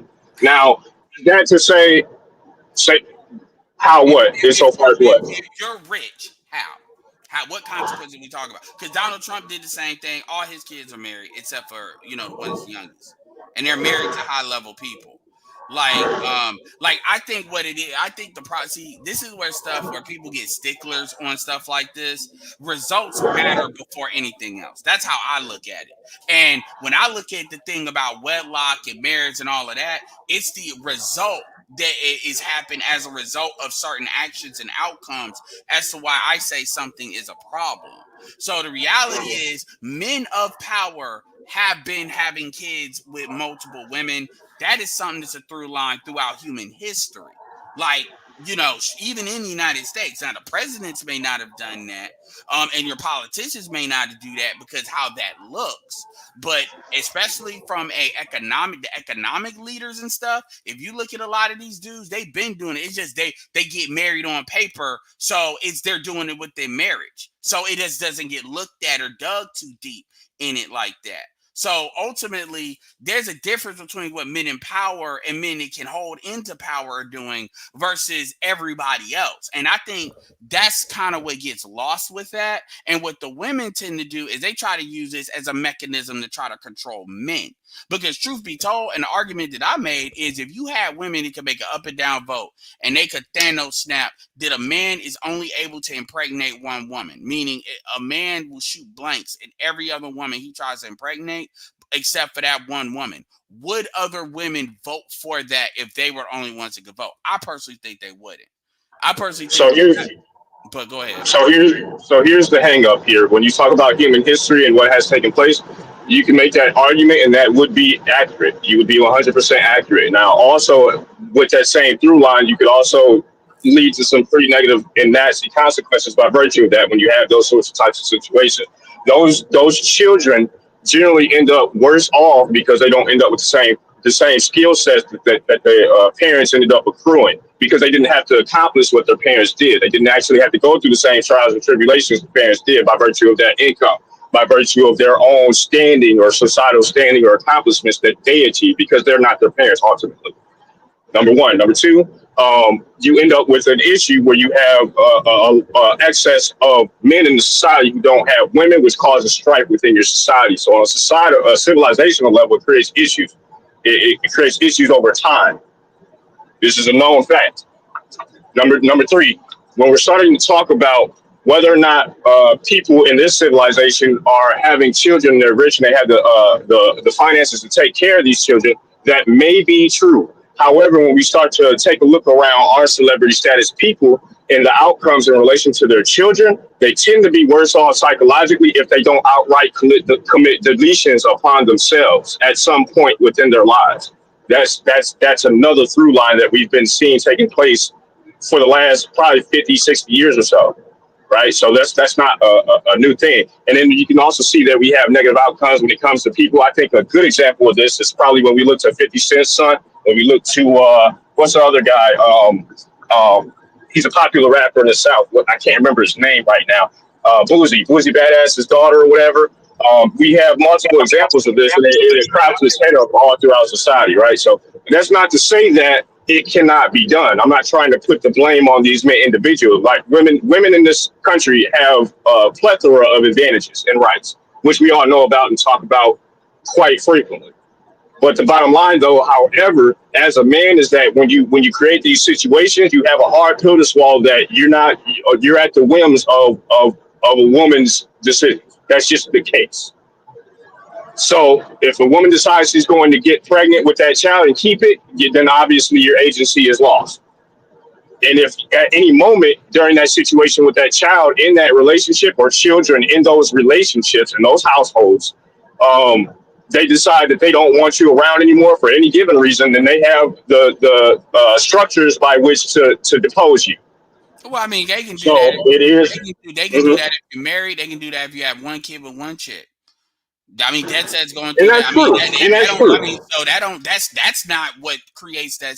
My issue is, at the end of the day, the only way to make this happen is you got to remove women's agency. So what rights are we cutting from women? Because it's the women that are the men are not creating this situation. The men are the. Well, you're asking the right questions. I like that question. And that's not going to happen, but unless you're willing to get violent. I mean, it kind of happened with Roe v. Wade. It's not federal. Yeah, but you're not. But there is no law that's going to tell women they can't have kids with certain people. This is some things don't have to be a law, Ed. Some things could be a matter of factly when men just don't deal with women in the United States. What's the percentage of women in the United States around the world for the world? But there are always going to be men that choose to have kids here. Well, there's always going to be motherfuckers who worship the golden calf when Moses is throwing the goddamn Ten Commandments. Well, that's expected. It's called collateral. It's called collateral damage. We expect collateral, but what happens when just a little bit of men during COVID, and a little bit of men right now? And what happened when men said, you know what? I will beat my dick like a goddamn slave. And I will go to the gym. I'll play my video games. I'll hit up my boys. I'll watch porn. Well, you don't even got to watch Pornhub. All you got to do is watch Twitter. Good God. Well, the thing is, we're kind of getting away from the overall. The thing here's the thing. But the part that I'm saying is, what happens when a larger segment of men say you're not worth the squeeze? You're not worth the juice. That's what's scaring the fuck out of these women. And right now, sh- this is what I've told a lot of women in the military and the police department who look like her. If there is no conceivable way a woman like you shouldn't be married right now, what's wrong with you? And that's how I would ask it. Not what's wrong with the niggas who, because I know motherfuckers propose. She's not an ugly bitch. What's wrong with you? And that's when you ask that special question. I know it's not them. I know you can't. It's not the men. It's you. What's wrong with you? So no, and I hear that point. The thing is the way this is being adjudicated, like online, the way the women are trying to frame it, is the women are trying to frame it like Cam Newton and Nick Cannon are a part of the problem. Even though, and if they were presented with the same offer that those other women, because keep in mind, Nick Cannon's with women of different races, so this is not just but if you're presented with the same deal, and Nick and Cam Newton's wife, Cam Newton's the chick that recently had kids on said it.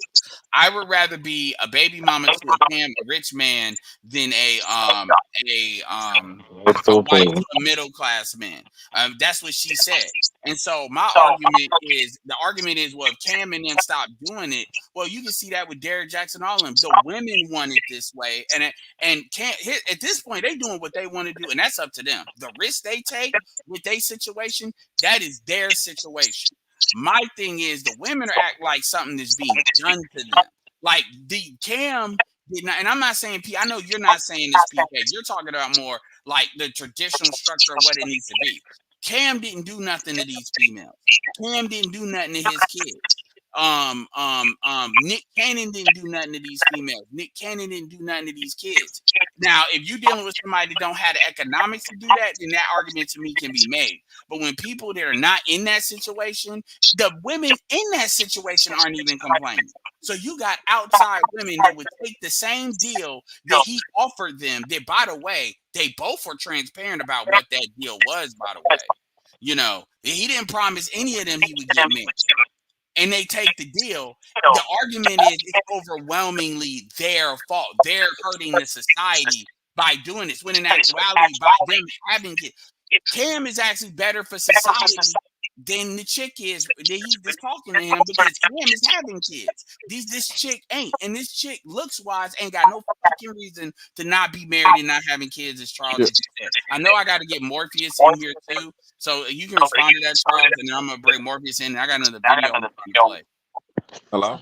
This. There's no chick. I got you after Charles. There's no chick in her right mind who's gonna deny that. The problem is, how you gonna say I'm part of the problem when I'm the walking solution? That's like Lois Lane telling Superman, "You're the reason why the villains come to Metropolis." Bitch, didn't I save you? You're welcome. They're mad because they don't get that one-on-one time.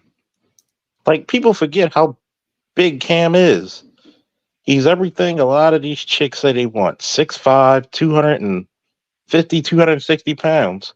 Still in good shape. Look like he could still play. Well, the truth is, God, if a dude is working his ass off, they wouldn't get that time. If he was still in the NFL, they wouldn't be getting that time. yeah, they would. It's rare, even for her in her position. Do you know how rare it is for her to meet with a Cam Newton and a Nick Cannon? Yep. Do you know how rare it is for even her? The way she looked and her degree combined, that's rare for her. If her eggs weren't scrambled, you think she wouldn't be on the altar of I need a baby, have a baby by me, baby, and be a millionaire? Yep. Do it. I mean, think about that. But go ahead, man. Yeah, she would do it, but the reason why all these women are upset is because Cameron and Nick, they're proving Kevin Samuels right. Because remember what Kevin always said: high value men can have more options. They're living it out. Yeah, it's a control issue, and it's aggravating these women. You're right. And also due to the fact that, and I say it's on men's fault. And let me tell you why I say it's men's fault. Because we create these romantic movies. Look, pay attention to romantic movies that are created by women. There's a common theme. There's this rich dude. He's tall, he's handsome, and you know, he has all these women, but there's this one lonely woman over there. She's just regular as hell, and he just wants her and only her. And women really see that and they think that's reality. They really do. And then when they see Cam Newton and they see Kevin, that's why there's such a harsh reaction to Kevin, because he made that fantasy that women had, because you know women think they can manifest this, you know, and it's like that's never happened. There's no society has that happened, that a guy that hit the genetic lottery and also lottery wise, money wise, to stick with one woman. And they all know that there are women out here that would line up. That's why they won't attack the women that keep going along with it. Because truth be told, Cam Newton and Nick are not the problem. It's the broke versions of them that's the problem. The dude in the hood that all of them are fucking, that has no money, but he has a genetic currency, as you would say, and that's why he gets hooked up. That's the real problem, but nobody wants to say that. Yeah. So let me finish this video when she talk. I'm gonna play this one video here, and then we'll finish the other one. Let's see what this chick is saying, because this is different from the young person. See, make sure y'all hit up that Cash App. Make sure y'all, support. PK got a channel as well. You can put that in there. The few times when you go on, your rants. Charles got a channel. Make sure y'all sub to those channels. Come on, y'all. Charles don't even go live like that, so it ain't like he go live so much y'all ain't in your feed. Come on now. Say it like this: even though he Follow me anywhere. has Yeah. high function to sustain the relationship, that high function will run its course. Is that if that's all you have? Drinking and driving is a decision that could change your whole The fuck? Where the fuck that come from? world. You can fake that's a their love with PDF. a decision to Not true. In most cases, That's not true. their body. That nigga, that's what's called a fill-in commercial. Being like, this is if he's sponsored. And transform them into who I want them to be. A woman cannot do that. That's not true. In most cases. That's not true. Okay, she's not Hold on, what a do you say? certain. Hold on. So you being who you are, you attract a certain type of man. Me being who I am, I can take anybody and transform them into who I want them to be. A woman cannot do that. That's not true. In most cases. That's not true. Okay, she's not willing.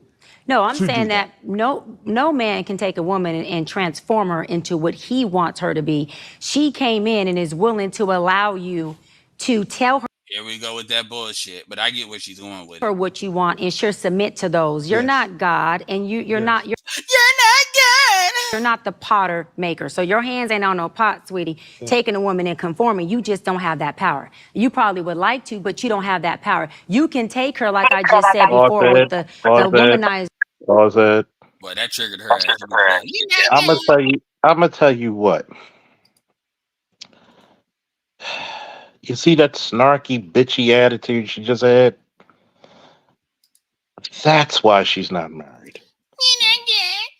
You telling me what bitch is openly willing to pay for a man in her prime? He could take you, he can impregnate you, and you're an automatic celebrity. You are nothing to him but another body. I'm gonna tell you this. Did you hear what I just said? He can sleep with you. You're on his show, right? He's not on yours. They don't know who you are. The world knows who Cam Newton is. Cam Newton's been popular since what? High school? Definitely college. Who the fuck are you? Yeah, you gotta understand the power dynamic. Last time I checked, do men take the women's last name or do we take theirs? Yeah, You're respected because of the man who comes before you. See, you got to understand this.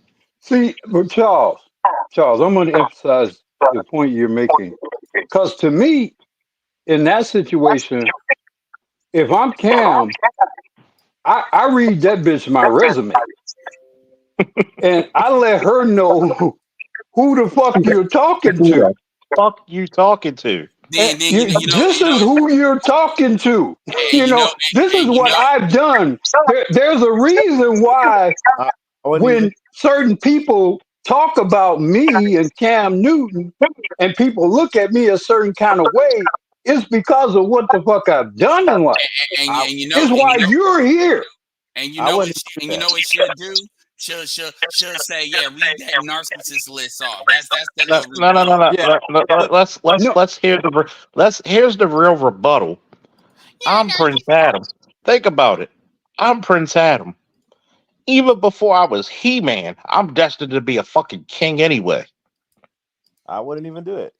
Just You feel me? No, no. Sometimes you gotta, pun intended, Uru. Sometimes you gotta throw the hammer. I would just smile at her. I was like, you know what? Hang out with me. No, no, no, no, no. Because black men, I'm gonna say this again, and I'm gonna say it on my channel tomorrow. Black men need to have a bit of ruthlessness and audacity. No, no, First no, of all, no. Hmm. first of all, you're on my show. When you walk down the street, how many motherfuckers mob you? It- it- Physically, yeah, even when people tried to jump him, was you got, Cam in any fucking trouble? yeah, you got to see the play. She did that because she's hoping he gets hurt, like you're talking about, so the women can go, yeah, girl, yeah, girl, yeah, girl. No, I have a Bullshit. Oh, and it's like a big girl who thinks she's a 10.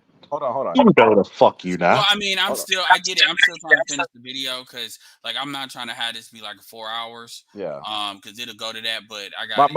I just make it real quick. My point is, if he goes into a room with a whole bunch of women, you know all the women gonna swoon to him, and she gonna act right and feel stupid. That's all I'm saying. That's all he has to do. Yeah. That's the player move to do. Let's He see. already knows what it is. Yeah, and y'all gotta remember, like, we just say what the fuck we want on here, but like, there's a strategy as to how he's doing what he's doing with these podcasts. But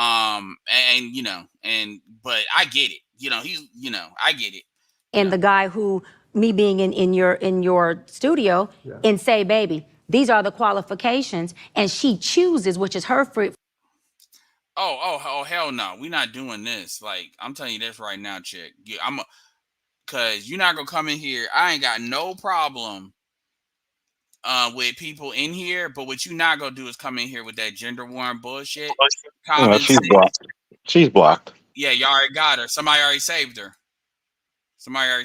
That's what we call it over here. Talk about we blocking pages. I ain't got no problem with women. Somebody already got her. Okay, well she's still. Oh, I can still see her. So anyway, bye. Like, I don't know why y'all come. Like, if you want to have a conversation, have the conversation. But you coming in here with all that. Ain't nobody trying to deal with that. Please. Free will to never be yours. Boy, so many people trying to live through this chick talking Cam. She's saying what all these bitches want to say. To hit them points or not. And when she chooses to hit them points, you then choose to keep her or you choose to shake her. Because you can never take water. Hold on. You can never take water, baby, and make this 7-Up. You can pour it out and fill it back up, but this will never turn to what you wanted. You're not Jesus. You ain't turning water to wine. That's not how it happens. Now, you can't take a woman and make her what you want. You can tell her what you want, and I'm going to give her power back, and she'll choose to be that. But you... Like, Bullshit. The thing about it is, even with what she's saying, it's like, y'all, this thing that y'all got, this is why y'all lose to other races. Hey, Charles, mute, by the way, man. You got a bad echo. Oh, yeah, this is why black women lose to other races of women. This shit right here. Because other black men are the coolest about this shit. Other men will do exactly what Charles the Black Guru was saying. Like, what do you think Janet, like, even though that Arab dude that was with Janet Jackson, what do you think he did? Now, he knew who she was, but she said, I'm rich. I do it, and he paid her off and they dropped it off. Anyway. You don't get the power of saying you made her that, whether an entrepreneur or a mother or a wife. You don't get that. Now, how many black women talk about that a black man is who he is because of her? right? But she's saying all this bullshit. Wife, she chooses to let you do that by telling you I'll submit to those orders. There's a difference. Now, with the man, a high valued woman can do the same thing with the man. Baby, you want to be here? This is the qualifications. This is what I need, the prerequisites. He can say yes or he can say no. Either way. But if he chooses to do that, then that's his choice and she got what she wanted. It's all about conduciveness. Is it conducive or not? Right. However, we don't potter nobody. And that's where But the thing is, you said you ain't met Mr. Right. You got 4 marriage proposals and by dudes you had been dealing with. Because those don't just come on the front end. Yet you talking about you didn't find your mate. So that's you choosing to be where the fuck you at. Well, hold on.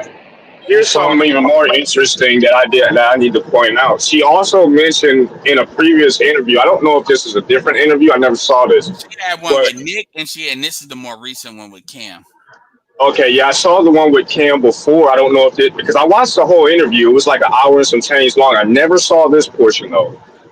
To say this is kind of retarded, considering that she wants to deal with a man who's younger. For what purpose?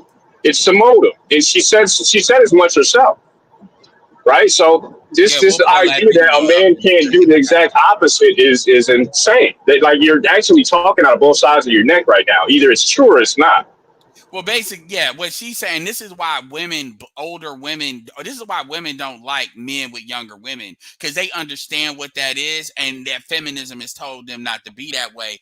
Yet you got all these older women that want to deal with younger men because of the control thing. But where these women don't fuck up is these dudes can switch up because they're already younger than you. So if you're dealing with a dude, so unless you're getting a kid with them and creating a tie like that, well, she's pretty much out of the age of doing that, and a dude ain't necessarily gonna make that commitment. These chicks really be playing themselves when they do that shit. The disconnect comes in at. This is why the smart move is for them to do that when they already in like marriages, relationships, if they're gonna do that. But when you actually out here on the streets and you doing that, you really playing yourself. Because But Ed, notice the double talk. Because how many bitches will tell a nigga, I made you. You be nothing without me. Here's the fact of the matter. Who are you? You're just a bitch with a fucking overpriced wall ornament. That's all you got. You're on my show. You're at the good graces and the behest of me, not the other way around. You wish a motherfucker like me would piss in your direction. And that's what a lot of men need to really fucking say. Yeah. That's why I think that's what all men need to say. And I don't care. I don't care what you got going on in your life. I don't care if you're fucking broke. Any woman that you're dealing with, men need you should tell them that you are blessed. You are blessed to be in my presence as a man. My presence as a man offers you protection right off the gate. My presence as a man offers. The issue is men need to start moving like that, because a lot of dudes want to say some shit, but they don't want to do some shit. So they'll say the shit, and then those are not mutually exclusive, and you're missing the point that Charles and I are attempting to make. Because I think part of the problem is brothers don't say it enough. Because here's my thing: I think when you say it enough, and when you say it, a conviction starts within you, and it won't be with all men. You know, there's always going to be some pookies. It's always going to be some guys who are just going to talk shit and not do anything. But that's not the majority of black men. The majority of black men at some point on some level are capable of being productive contributors to society, regardless of where they are at a point in time.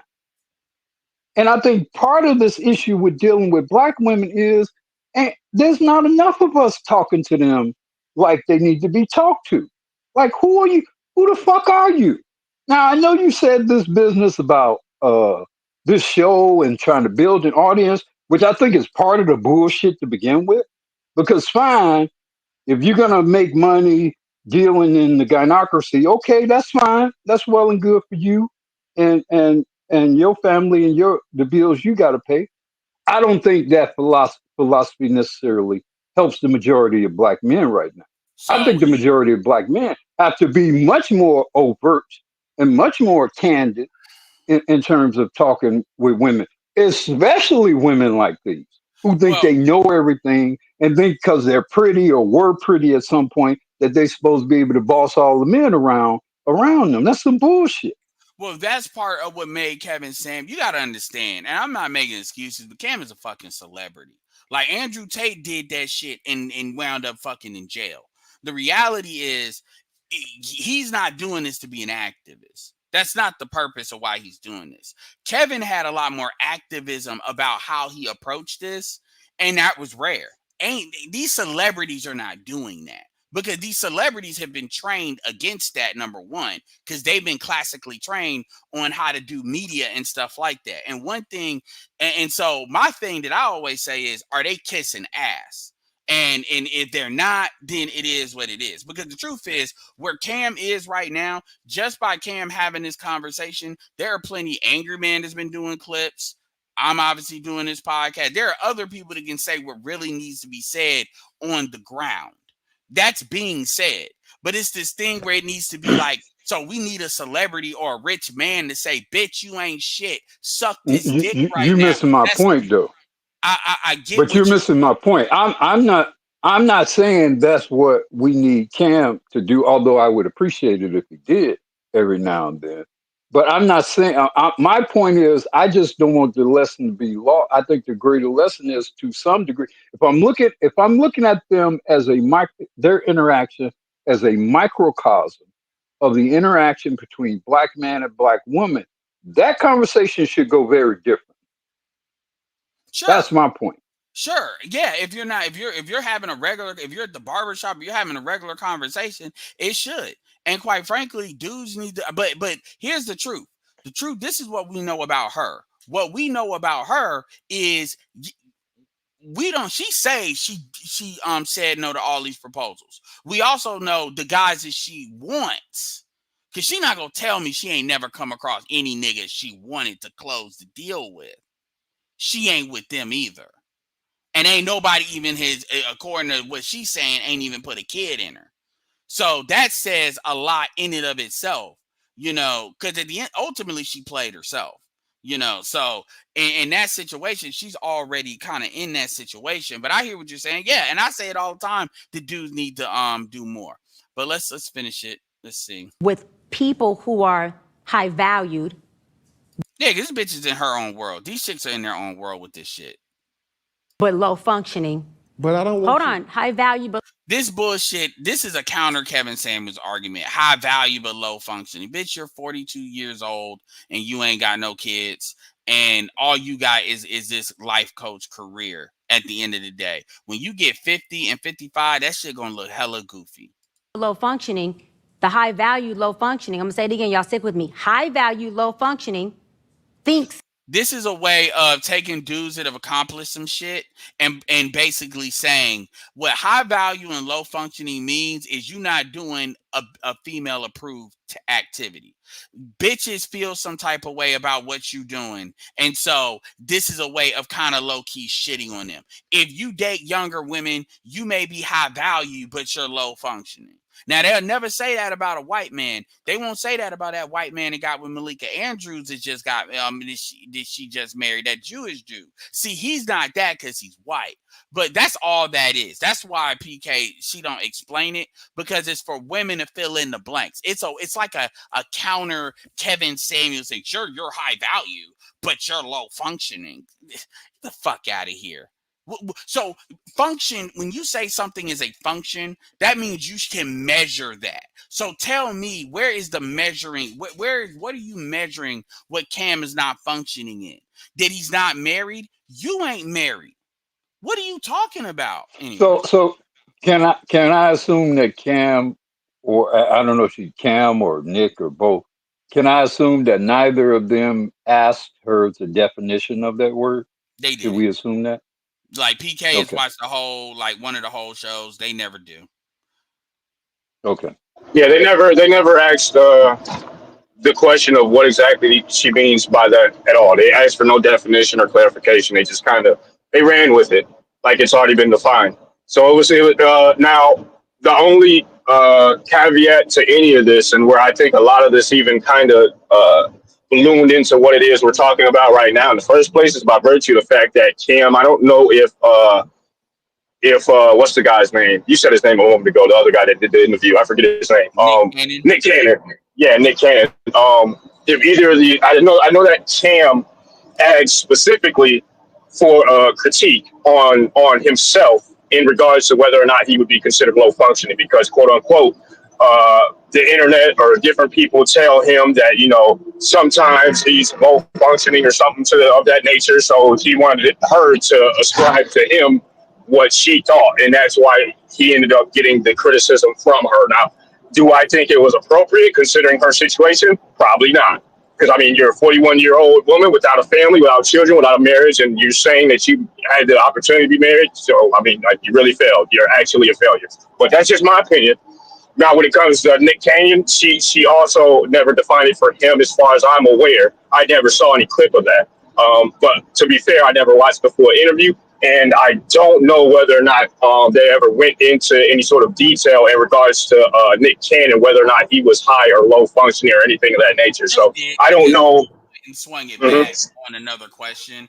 Let me read this super sticker. Shout out to More Returns. Many black men want to marry black women. I think many give up because of chasing and the mind games. Many of us don't even have kids either. Yeah, the reality is black women see marrying, a lot of black women, most black women see marrying black men as tying themselves to blackness. This is why they approach marrying non-black men very differently than their approach. They see marrying non-black men as low-key having this kind of other status when it comes to blackness. And like, I think that's quiet as it's kept. A lot of people have brought that up, on the low, and they try to intellectualize it. But at the end of the day, you hate yourself. It's to say, this is what you would say if black men was saying that shit. You hate yourself, and you don't. Black men are way more comfortable in our skin than black women are in theirs, and black women just don't want to admit that. Shout out to Memorial Returns again for the $10, much appreciated. Trying to convince Keisha is futile. Well, he's not trying. He's not trying to convince her. Many men have tried. Many have failed. Like Ed said, if Keisha don't have a use for you, you're pretty much invisible and dead to her. And yeah, and one of the things too, that's the value of Cam having these conversations is that you can have these conversations in a dude that you can't really say shit to. You can't really say he's not the apex of what these chicks want, and then this is going to be mass viewed. So other people can disseminate it the way they disseminate it. And also because it's going to be mass viewed, these women start telling on themselves as far as what they think. The Simone Biles situation kind of told on them. This shit told on them. Like, they'll uplift Future, but then say Nick Cannon is wrong. At the end of the day, you notice they never talk about the women that had these dudes' kids that signed up for that. That's all. They never talk about Sierra chose to be baby mama number 4. She knew that situation and chose to walk in there. See, that's never a conversation.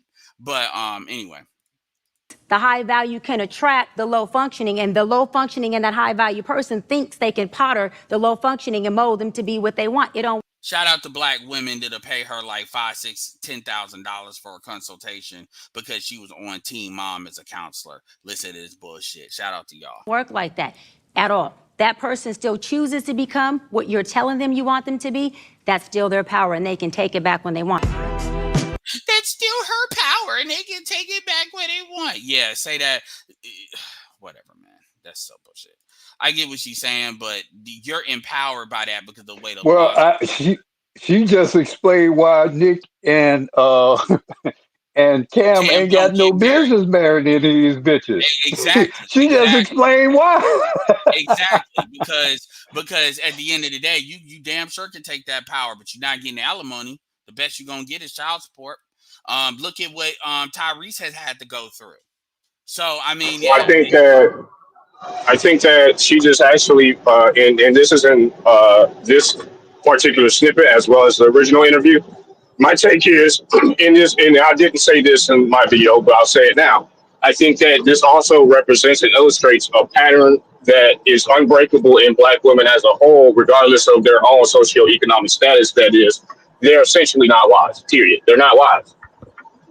And she illustrates a good example as to why they are not wise by virtue of her own belief system and the things that she wants to believe within men as a group.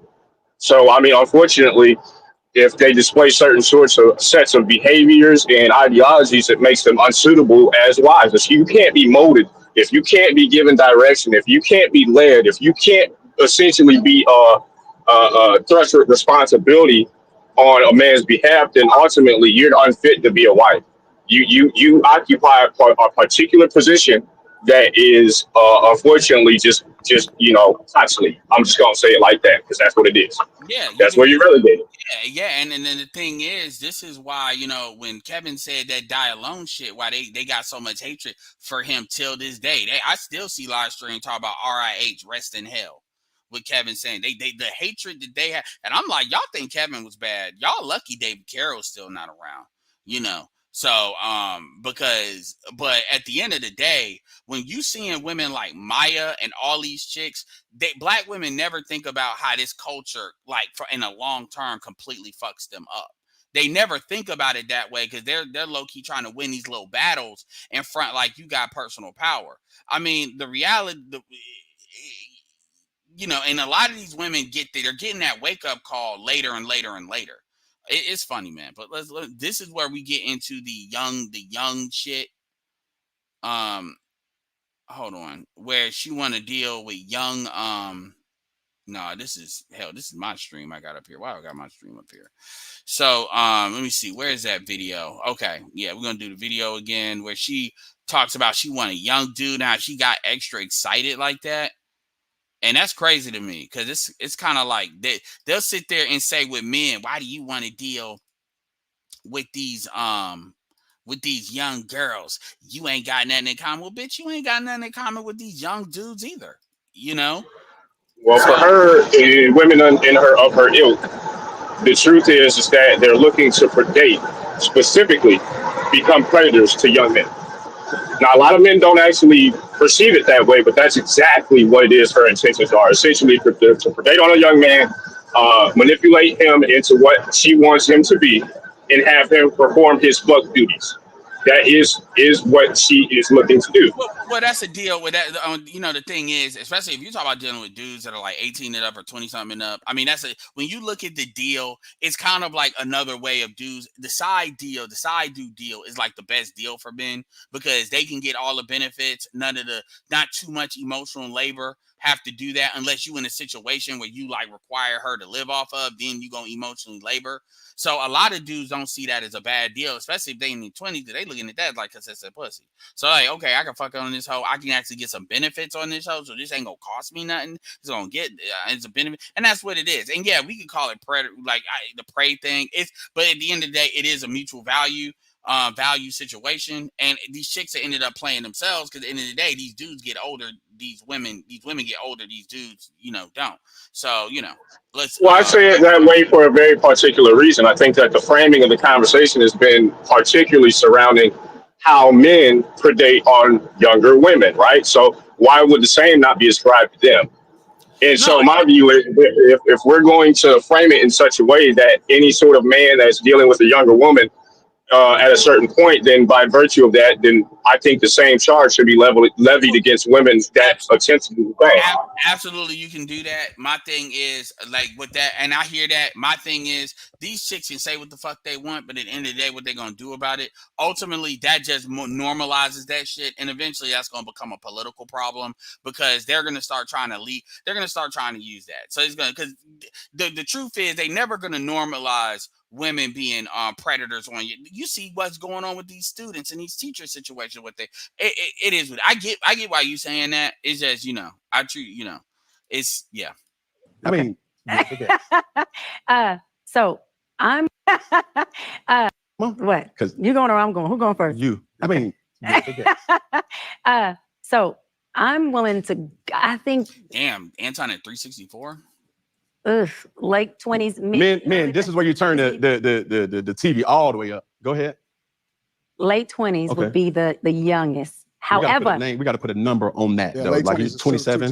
20. You see how she like. You excited and stand doing it because it's 26 to 29.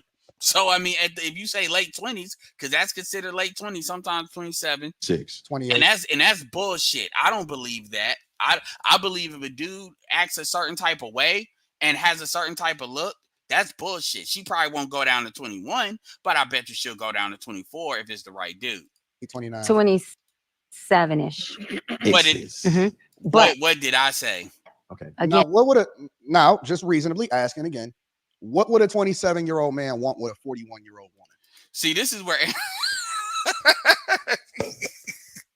I don't know why that shit looked goofy, but it did when Anton said that shit. He like, look, I just want to know.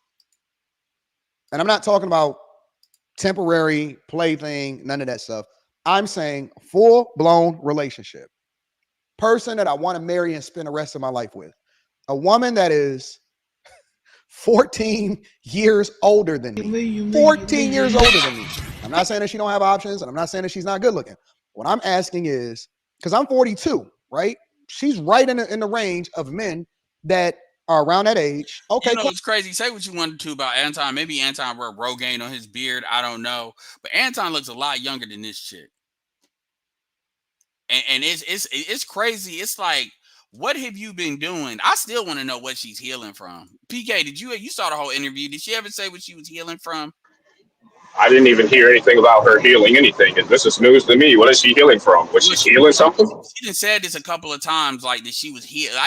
Because I needed the reason why she didn't marry none of those dudes is because she needed to heal. She wasn't the right woman. They were fine. She wasn't the right woman because she needed to heal. Oh, I thought that was in reference to her. She spoke a little bit about her conditions growing up, and I think that was in reference to her own life circumstance, not necessarily like a health issue or anything of that nature. I know of. She in a single mother household. Right, correct. Because I saw her do a picture. Single mother. Well, she said she was in a single mother household or something. No, excuse me, the vice versa. Single father household, the exact opposite, where her mother was a drunkard or some shit like that, and was addicted to alcohol, and so, yeah. Oh God, yeah. A lot of them. So that was the circumstance. I bet you they. Shout out to Detroit 313 with the $5. Shang Tsung, Quan Chi, Omega, and Shao Kahn of Divorce. That's funny. Shout out to More and More returns with another $5 for a total of $20 total. Much appreciated. Fact said they love Future. Look at Bernice Burgos. She pretty and in shape, but age is finally starting to hit her, and her body isn't tight anymore. Yeah, but she had her kid. She had her kid young, so she pretty much won out. Oh, I'm with it. I ain't tripping about it. Just asking a general question. And some of y'all have preferences for older women. Some of y'all have preferences for dating women that are younger than y'all. I get it. I'm asking a question to you guys. This is a question for y'all, not my opinion, because everybody got their preferences. This nigga got to disclaim the fuck out of this. What does a 27-year-old man want with a 41-year-old woman? Let's continue. The fuck on money and pussy. Exactly. Money and pussy. That's it. It's a come up. That shit is affirmative action for a lot of black men. That's why these chicks be talking about, I made you. It's on the maturity. Grinch probably, Grinch wouldn't go that. I don't think Grinch would go that old, but. Level of that man. But this is where, I'm glad you said that. Yeah, but this is where I baited you. I knew where we were going. Your patience has be there to give him the 100%. Patience to bring his value or his function up to his 100%, value. 100%, right. 100%. But 100%. So now 100%. 100% yeah, this too. 100%. A woman who has high value will not entertain or be patient with a guy that does not have. Yeah, especially if she has certain 100%. 100%. She will. Especially if she has certain which you telling on yourself, because what you're saying is you pretty much in that situation for the physical, meaning you might be a trick. Because you not going into these relationships for relationships, you know what the quid pro quo is. And these chicks, and any chick that tries to deal with a younger dude thinking they gonna mold them into a real relationship, it's niggas know too much. If you doing that with him, other bitches are willing to fuck. That dude just needs some resources. And like, this is where these chicks start playing themselves, because these dudes are a lot more smarter than this. Now, like I said on my last live stream, if you're dealing with like an Erykah Badu, you need to stay away from a bitch like that. This chick ain't Erykah Badu though. That's the difference.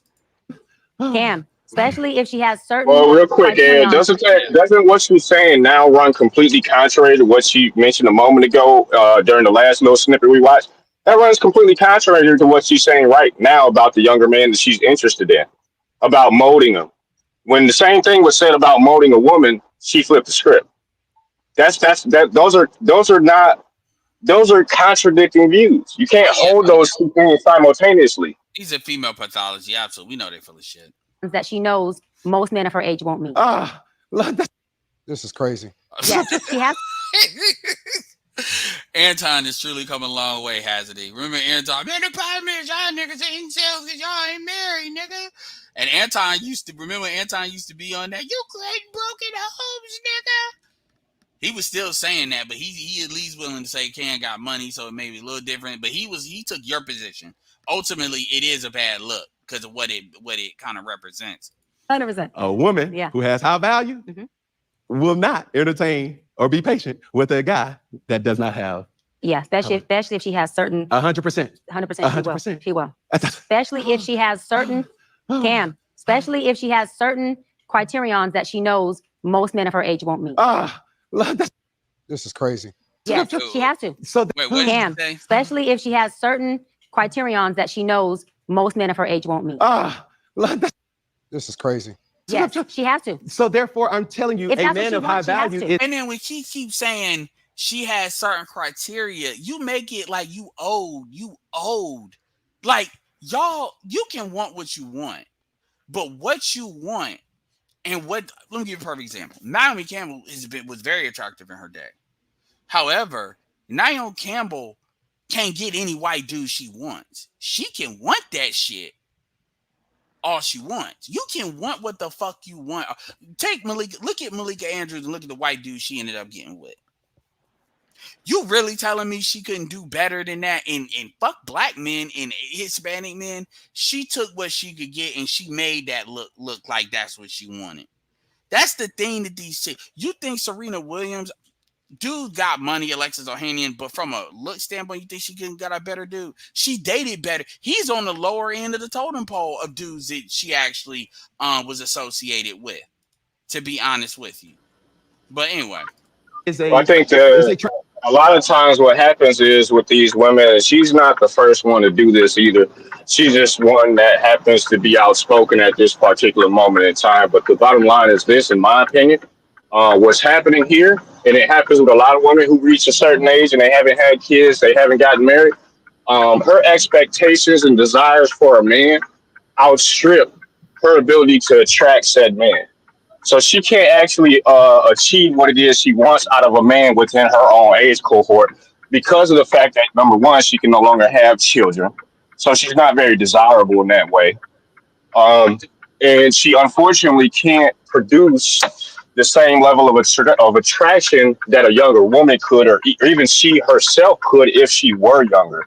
So now she's stuck in a bad loop insofar as, relationships and dating is concerned. Not necessarily for her, she has to deal with her outcomes, right? But in general, where she can't produce her own desired results, yet she still has those desires for the same type of man that she wanted when she was 20. So she's stuck now, but she still wants the same thing, but she's stuck now. We'll all pray for her. Let's continue. Transactional type of thing. So why would a guy? Exactly, it's transactional. Because she's not dealing with. Listen, if she go into this, she's not going to be dealing with a guy that's not winning. She's at a 41. Even most great men, who they really are, until they. It's for y'all in the chat. There's nice looking. You can question for y'all. Oh, to your point, it's like, I know. I look at you. I look at women all the time. I have a beautiful establishment that we're in right now. Right. Fellowship. It garners a consumer that's about their business. Mm-hmm. This is not hookah smoking and standing on couches and section. No, it's not that. Right. This is sugar daddy's addy in here. This is businesswoman. No, you need to. We need to get this on. Right. I see it happen. Yeah. Oh, so many times. Wow. Dress code. You're not coming here with Jordans and flip flops. Like you can't do that. You can't disrespect. Even though you and this bitch with Jordans, but okay. Yeah, but he's Cam Newton, of course. Culture of what's here. You see what I'm saying? I just don't see it. Like I'm. Peace. All right, so we had to skip over the Anton parts because fuck that nigga. Is about to hear it, but yeah, I mean, oh yeah, and let me play this because I don't know if Charles had the pleasure of hearing this special, special brand of bullshit. But I want to make sure, I gotta Charles. see this shit. Where is my video? Where is my this one? Of Los Angeles Police Department, I'm highly respected by him. When I'm working next to our elected officials, our state senators, our city councilman, our mayor, who is now a black woman, I'm highly respected. When I call their office to call a meeting because we need something in our community, my call is a high priority and it's highly respected. Our chief of police is a white man, Michael Moore, who's retiring. I'm highly respected by him. We have a great relationship. And so what I'm saying is that whether it's a white man, a man of color, a black woman, a white woman, woman of color, for my experience, I have not been disrespected. Have I had some, fall-ins? Of course, that's life. As a blanket, when we talk about black women in general being, for one, we're not the lowest on the totem pole. If you want to know how it goes, I can tell you, and y'all can Google this. But it goes white men, just so you know. It goes black women, then it goes black men, and then it goes white women. When it comes to the societal respect of the totem pole, y'all can Google it. So there are many others as well. Many others. We're just talking about in the hierarchy of America. What happens is, within the black community, the black woman is the least respected. Within the world, we are not. And so when we dissipate it to the black, I still can't believe she said that shit with a straight face, man. You ready for my response?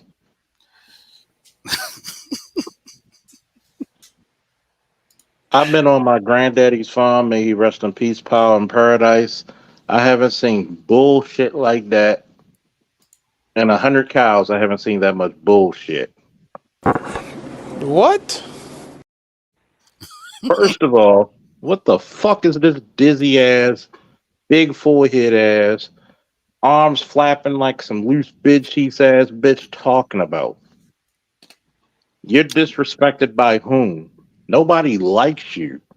As a matter of fact, you're the most insufferable people on the planet. You're trying to say that you got it harder than black men? Get the complete and other fuck out of here with. Yeah, this is the reason why a lot of these bitches are legends in their own brain cells. All three of them combined. Yeah, two things she said that was crazy. One that white women were at the bottom as far as respect level.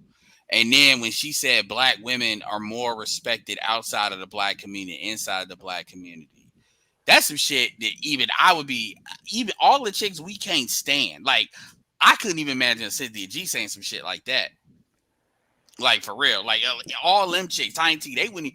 And you say it with a straight face. And it's funny because under this clip, even the women were like kind of copping please, talk about they didn't, it got to be more. I'm like, no, that's what that bitch said. But this is what we're going to do. I appreciate y'all coming back. I'm going to let Charles the Black Guru kind of run it. I'm actually got to do something real quick, and I'm going to keep it going. So y'all could continue the conversation. Let me see if I got that. Oh yeah, we'll do this. Why is she not married again? So y'all can hear that clip too. This is on Nick Cannon's. And Literally, there's been 4 times that you almost went down the altar. I almost went down. Yeah. Why hasn't it worked? And whose fault is it? Because you've been talking about accountability. You've been talking about high functioning, and you literally told me in my situation, because of the type of high functioning and low functioning people I'm choosing. Yep. This is gonna be the closest Nick Cannon gets to checking a bitch on Black Guru. Why hasn't it worked for you? For at least on air. The first few, I was low functioning, and I was still in my healing journey, and so I law of attracted low functioning. That happened off. Oh yeah, by the way, apparently PK was listening to the whole thing on one of these. Black Guru, she was raised by her father. Her mama wasn't shit. But black men are the problem, right? Yeah, her mom was a drunk. Her mom, this is her words, and PK said that's her words. So yeah. You couldn't find a man like your father, Cam Newton. Yeah, this is from the Cam Newton interview that I'm referencing, where she said this. By the way, if you want to see it, yeah, you couldn't find a man. You couldn't find a man as honorable as your daddy. You failed your father. Yeah, and she got pictures of her dad as well. But she failed her father. Yeah, you're right. Yo, you right. You definitely right. I mean, you can give them grandkids. Man, this is the first. The first, I would say, like the first 2 or 3. Definitely low functioning of myself. How were you low functioning that found things that where you thought this was your match, this was your person, and then it still didn't go through because you were low functioning? I take accountability. It was my fault because I knew all of them were not my person. And so this is why I say it's not their fault. That's that fake ass account. That's that Ebony Williams accountability. I take That accountability. I fucking can that talk shit. fakeness is about as fake as that wig, and about as fake as that extended forehead. I mean, she got Did like the she? whole Professor So S thing on. so she doesn't describe. It's very painful for me to listen to these interviews because motherfuckers are so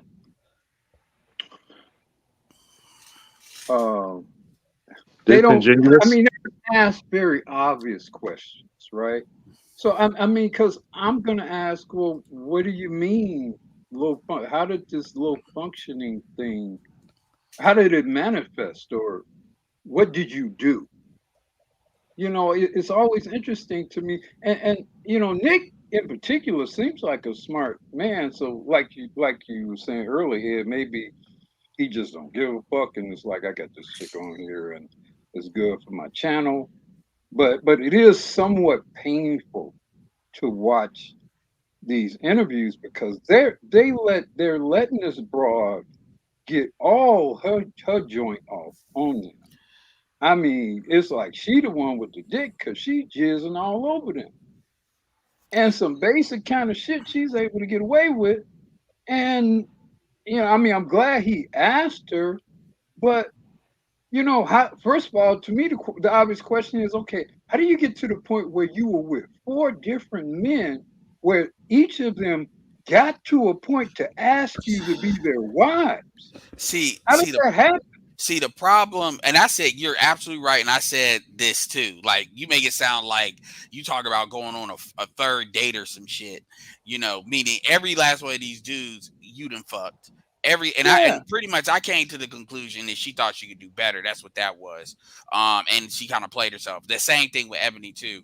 What I will say too, although I'm not saying the critique is not valid, but I think the problem too is a lot of us got spoiled with how Kevin did what he did.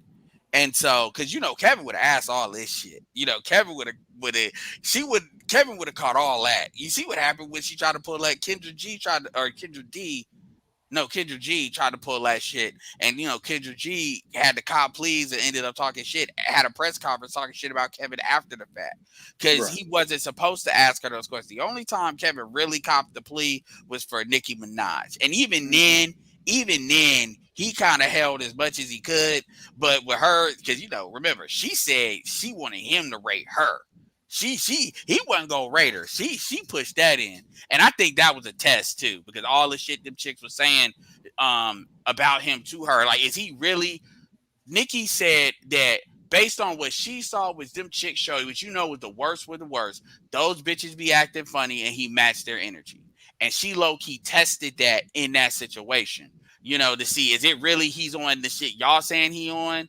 Or is it really that y'all be acting funny and he matched that energy? In which, if that's the case, I ain't got no problem with it.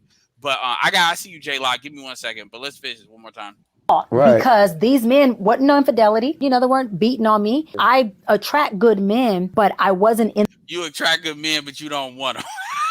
the space of being ready to marry them. But I Yeah. needed them to be good for me, Nick, because I needed something good to be reflected. Look, man, if you're 29, 28 years old saying this shit, you may get a talking to, but you a chick that look good, you can correct, especially you childish.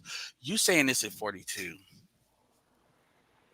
That's Yeah, the thing. You're much more liberal than I am on this take, man. I honestly, once you hit about 25 and you say shit like that, like Yeah. you kind of cook. You're cooked.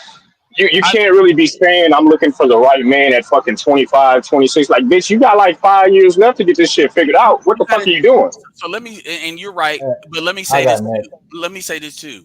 Jessica Wong, one of Kevin's last interviews with that Jessica Wong chick, and Jason Black did like a follow up to that like years later. Just now that she's like 33 now, and Jason Black was coming down on her and how goofy she looked, and she's 33. And when what Kevin talked to her, she was like, I think 29, 28.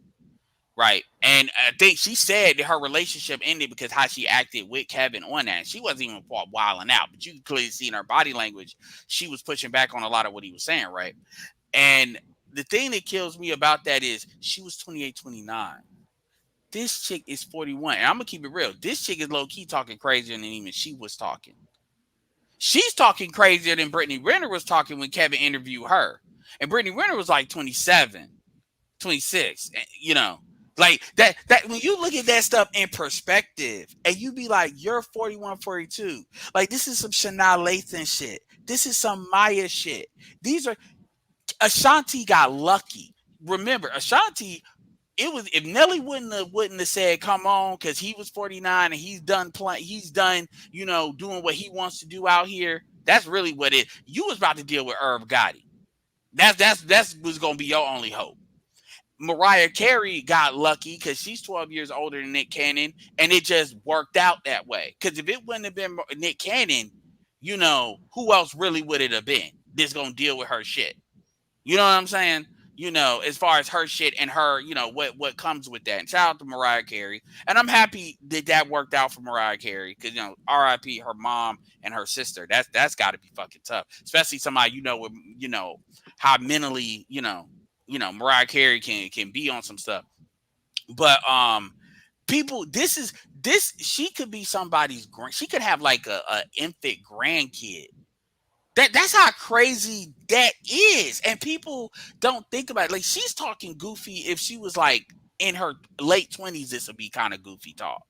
And she's 41, 42. And Kendra G be talking this same shit. I can raise my ass. But anyway, you gotta I'm realize gonna let y'all run it. I'm gonna be back. I'm gonna be listening to it on my phone. So Black Hoover and Charles got it.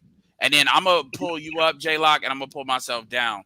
I'm actually cooking something. I might as well keep the shit on since the shit is already rocking. So yeah. You gotta realize the saddest part about this.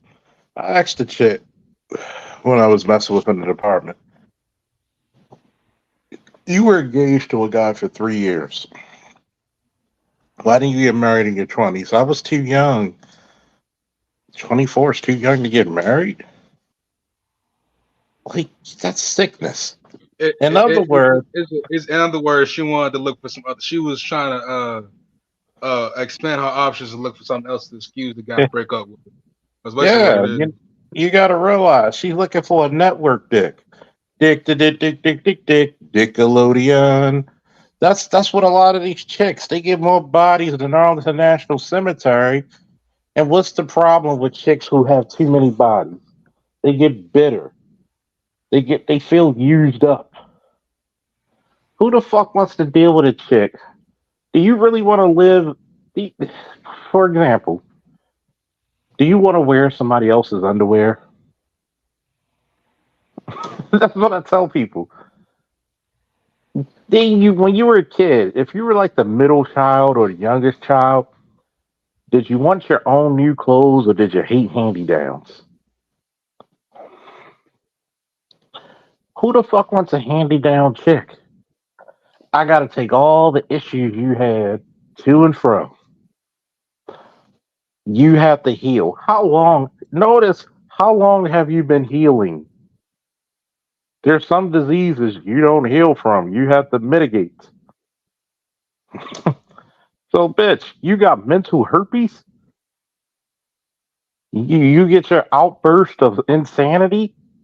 What do you offer a man instead of the only thing you offer a man is contempt. That's all. Your pussy probably not even all that because it wasn't good enough to keep the motherfucker. You're just content. You don't want to submit. You think you're better than a guy. Like, I want you to look at that when she was talking to Cam and she said that whole submit shit. You literally talking to a guy who's world renowned, world famous, has a fucking resume, and you think this motherfucker with somebody like him will pick you. You sadly mistaken, bitch. Somebody goes. You sadly mistaken. Somebody get the mic because it's getting hot in this bitch. It's because I'm gonna piggyback off of you, Charles. It's not only that she's envious and jealous of Nick Cannon and Cam because you know why? She's not one of the women that got pregnant. That's why. She's saying that because, oh, you think you got, huh? I'll be like, yes, I am. I'm the one making these babies. I'm the one getting these women. You know, they follow under my order. I got the money to do it. Hey, if they ain't, hey, as long as they ain't out of line, out of check, hey, I can give them as multiple babies I want to. It's an agreement contract that, hey, I can see my kid. My kid got dressed a certain type of way. My kid got beat some certain type of way. And if you ain't guess my actions, hey, of course, we can have a kid, whatever like that. You know, she just mad because she's not one of the women that she got pregnant by Cam Newton. And that lady was like 40 years old. The girl, I think Cam, that chick he impregnated, she like 40 something years old. And she talked to Kevin Samuels. By the way, she was trying to get ignorant with him. Kevin Samuels. Yeah, but I think Cam behind closed doors checked that shit.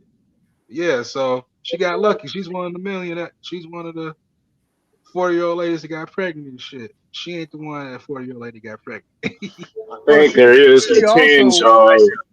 I she doubt it. I also think I think there is a tinge of she has a desire for certain outcomes for the type of man that she wants. I think that much is evident and true. However, I think something that bothers her just by virtue of this conversation, not necessarily any other, sort of, I'm not a psychologist or anything of that nature. I'm not going to diagnose her with any sort of illness, but what I will say is based on her own discussion here in this interview, it's fair. I think it would be fair to say that her expectations either are too high for what it is that she can qualify for, or she has failed.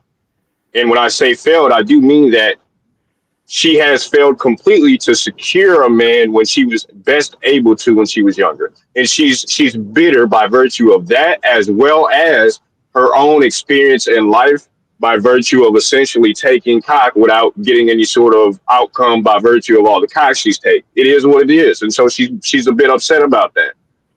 well, I think Well, she's basically, also a she bit. basically. She's a failed Kamala, and the reason why I say she's a failed Kamala is when you listen to her read off her resume of interactions, what that says to her associations, I mean, where she says she's met with the mayor and all of this, what that says to me is she expects or expected to have some lofty position. So it, presumably any man that she would marry would come with that position, or she would marry into some lofty position with the man.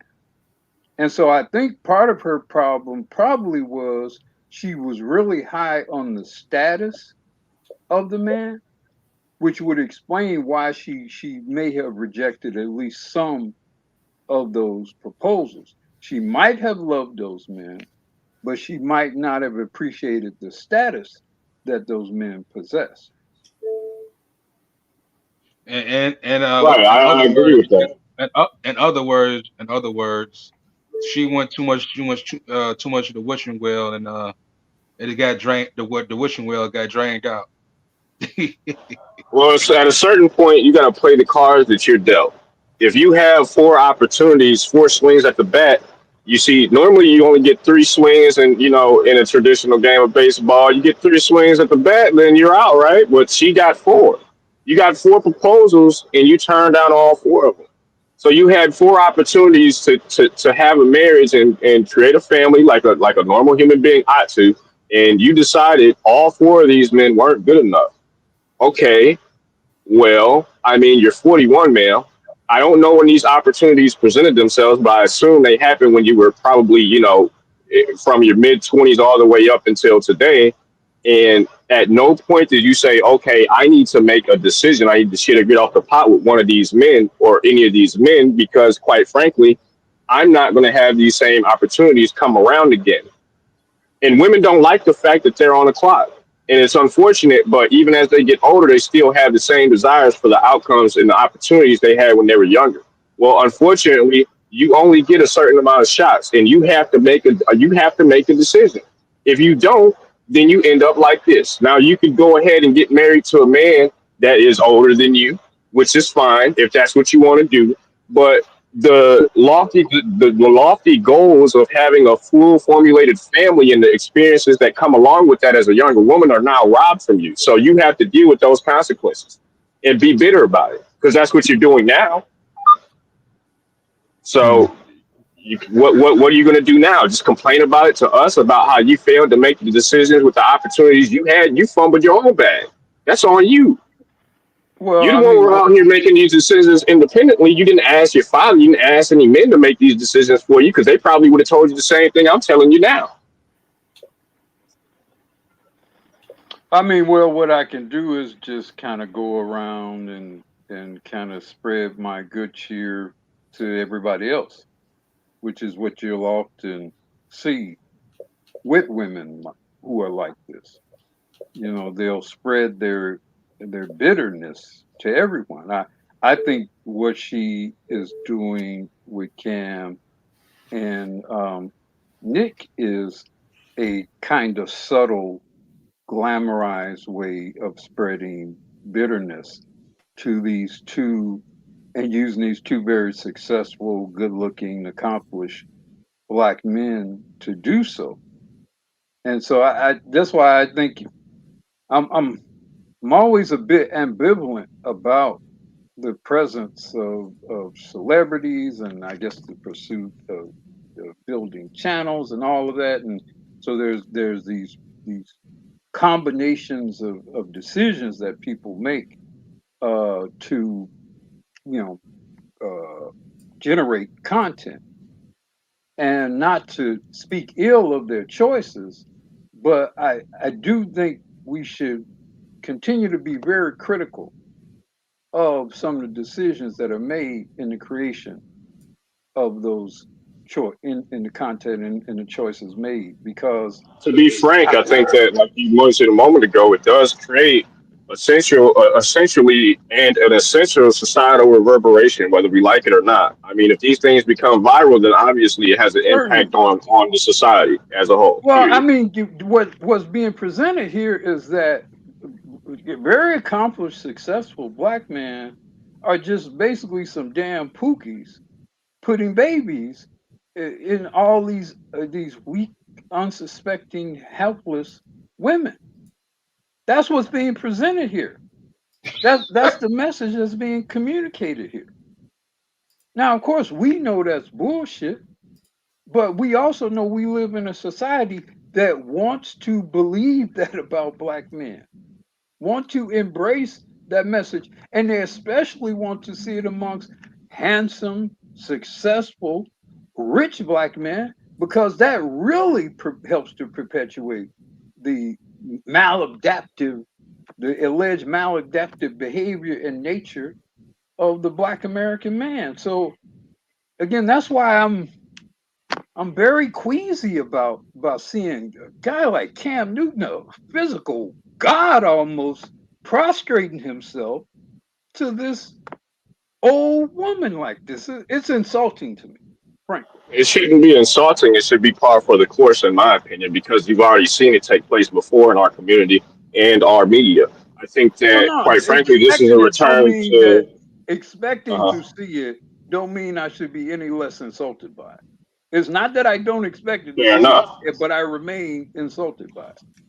Fair enough. I think, however, I think it's a continuation of past generations insofar as the way that the media cycle used to work in disparaging black men. There's no change in the programming here. They've just carried over the TV format and transferred it over to the internet insofar as the messaging is concerned. When it comes to certain dialogues, not all, but when these dialogues take place, it's a continuation of past practices. There's nothing new to see here. It's the same old story. Now, when Cam Newton or a fuck, I keep forgetting the other guy's name, even though he's a celebrity. I Nick don't I Cannon, don't know. It's not important Nick to me. Cannon. Nick Cannon. Yeah, Nick Cannon. When you take these figures in particular and you look at the ways in which they have constructed their lives, then it would seem that they would be the most conducive towards comporting a message like this. So it's not outside of my realm of expectation at all that they did exactly what they did without any uh, uh, clarifying questions or adequate pushback. I think that it is exactly what you ought to expect Well, from this is what I those would sorts say of to figures. this is what I would say to them on the children's issue, right? If a woman wanted to have children and not wanted to be married, and she was very healthy and very prolific with her egg production, she could every other year go to a sperm bank and impregnate herself and have as many children as she want to. And That's there fucking wouldn't be a dysfunctional damn as fuck. thing, But yeah, there wouldn't be a damn thing that anybody would have to say about it to stop it. There wouldn't be any extra angst about it in society, especially if she was rich and famous. If she was rich and famous, and all the children are guaranteed to pretty much live stellar lives, she would probably be lauded. She would probably be celebrated. So what you but basically have here is a judgment of men choosing to do something that women could, because of the logistics of things, easily choose to do if they wanted to do so and would not at all suffer any social retribution for it. but guess what though, Black Guru, they can do that, but it's a specific what you heard right now. It's a specific race of baby they want. You know, there's no black sperm. No, I mean, no black in the sperm banks. There's no black baby sperms like that. Wonder why? I So, don't know. I don't know if that's the only issue, But but that's not but the point I'm making. I mean, but, you're right in terms of the specifics but of I'm the saying case. I'm saying, but it Although gotta be a high. I would It, imagine, let me finish, brother. I would imagine a wealthy black woman can probably get some black sperm. But no, you know, it can my it can point yes. being, my point being, what you have with Cam and Nick is they wanted to have for whatever reasons, which would have been interesting. I mean, if you're gonna do an interview of these men and of the choices they made, I might invest a little time in asking them why. Why do you want to have so many children, and what do you foresee their futures being? What and how they will contribute to your legacy? If you were well, I really want to. actually concerned about the children, about what was happening, you would ask more about the mentality of the men who are making these children, and what they are actually doing to ensure that they're helping to create productive people, and you would take it out of your own pussy politics, because really she was basically playing pussy politics with But them on that issue. that's what I was trying to tell you. I was trying to tell you, Uru, that it's not because it's the status of the children. Oh, I got this baby by Nick Cannon. Oh, I got this baby by uh Cam That's a Newton. part He of it. probably might be a football player and stuff like that. So that's why I was trying to tell you, Uru. A lot of women, yes, they could do that, but the thing is, they don't want to deal behind the woman's shenanigans No, of you, them. you misunderstood the whole point I was making. You're talking about Uh, something totally You're different. making two different points. Yeah, you're talking about something totally different. I was okay, juxtaposing the all right. reproductive freedom that a man has versus the reproductive freedom that a woman has. In this current society, a woman has much more reproductive freedom than a man, even including, especially to the point of completely Xing out the presence of the man entirely. Because again, the advent of the sperm bank makes it so that a woman never has to answer to a man. And again, if she has a lot of money and if she's very healthy with her egg maintenance and all that, she can very easily kick out 5 or 6 or 10 kids. Very Yeah, easily. the She can never fundamental, have the to It's a be fundamental. specific. accountable for It's any a of it. specific kid. It's a specific Well, kid hold that she on. wants. Well, hold on, real quick. It's a fundamental difference in between the logistics of that and the psychology behind it. The reason why you don't see most successful women take that path is by virtue of the fact is it doesn't actually fulfill their hypergamous desires. That's why. I'm not In so saying far as I'm I not making know the what you're argument. saying. I Yeah, know I what mean, you're I'm not saying, making and the I argument agree. that men and women have the same thought about that. Again, I was just talking about, because to me, I mean, I don't know, for whatever reason, everybody is actively avoiding the whole thought of, what if a man wants to have a big family, but don't want to have his life fucked over by these women? What does he Well, do? yeah, you gotta let me get there. I was gonna go down that road, and I mean, you gotta let me go to it. I'm working towards it. So the thing is those are two. I agree. Those I'm trying to explain this. And Jay, you guys are actually separating. You're going in two different directions with this dialogue. I was addressing your side of the dialogue. That's the reason why, and I agree that you're both right here. Insofar as she's concerned, and men are concerned in this sort of dynamic, unfortunately, when it comes to men's desires, we have no enabling systems that allow for men to be able to do this in a more successful way. It's all ad hoc. So men are basically throwing their dick in the wind and hoping that it works out with the situation, whether regardless of whether or not they're rich or poor. That's what they're doing. Um, because, for instance, the law is obviously makes it so that women have complete and utter control over the entire process of child rearing and childbearing. So at this particular moment in time in this country, not necessarily everywhere, but here, um, if a man wants to have a large cohesive family unit, then unfortunately he he's going to have to piecemeal away or a plan or strategy in which to do so. Does that look like a Cam Newton in his situation? Potentially, that could be one way, but does that is like I said, that's still ultimately up to the whims of the woman's desires at the end of the day. That's Exactly. just the way it works here. Exactly. Yeah, and then they wonder why motherfuckers are not having kids. And Right. it's gonna be funny because them bringing in all these immigrants is gonna affect women, and it's not gonna just affect black women. It's gonna affect white women. They're gonna be affected. Their safety is gonna be affected. A lot of stuff is gonna be affected because you're bringing in a whole bunch of folks that if shit hits the fan, they got somewhere to run. You even with white people, they can't run to Europe for the most part. That's because even if they get there, they can get their ass brought the fuck back.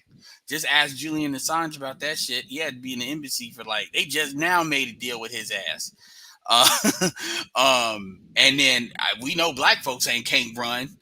Hispanics, you know, if they've been here for generations, they kind of can, but they know how to hem them up. But now you got folks where they're not in the system as easily.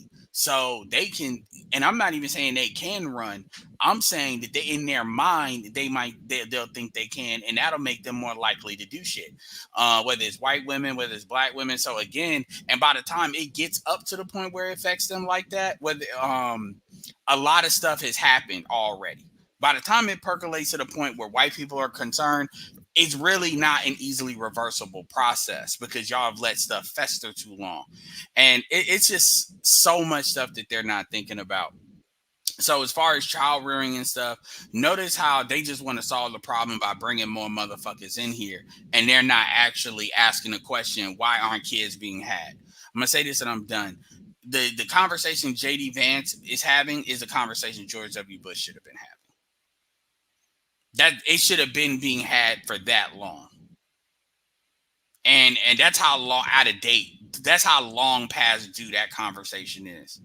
That's why, I understand what BGS is saying when BGS says, they got 5 years. But the people that are in the know, they knew that when they had 10, they knew that when they had 15, they knew that when they had 20. And instead, they kept on pushing this feminism to get as much money out of these hoes as possible and put us in the situation that we are now. Secularize the schools as much as you can, raise an entire generation of people that's completely fucked up, and then you think you just about to fix it. That's why when he said that they were trying to bring in 50 million people over to the next decade, or he said by 2050. Anyway, I mean, to me, that's what it's almost like. We talk about this election. I mean, how do you not vote for Trump? I mean, how do you not vote for some argument against 50 million motherfuckers coming into the country? Well, I mean, because it's when you look at like I get the COVID part. COVID beat Trump. Everybody kind of knows that. The thing is, here they people have this thing where they don't believe shit can break.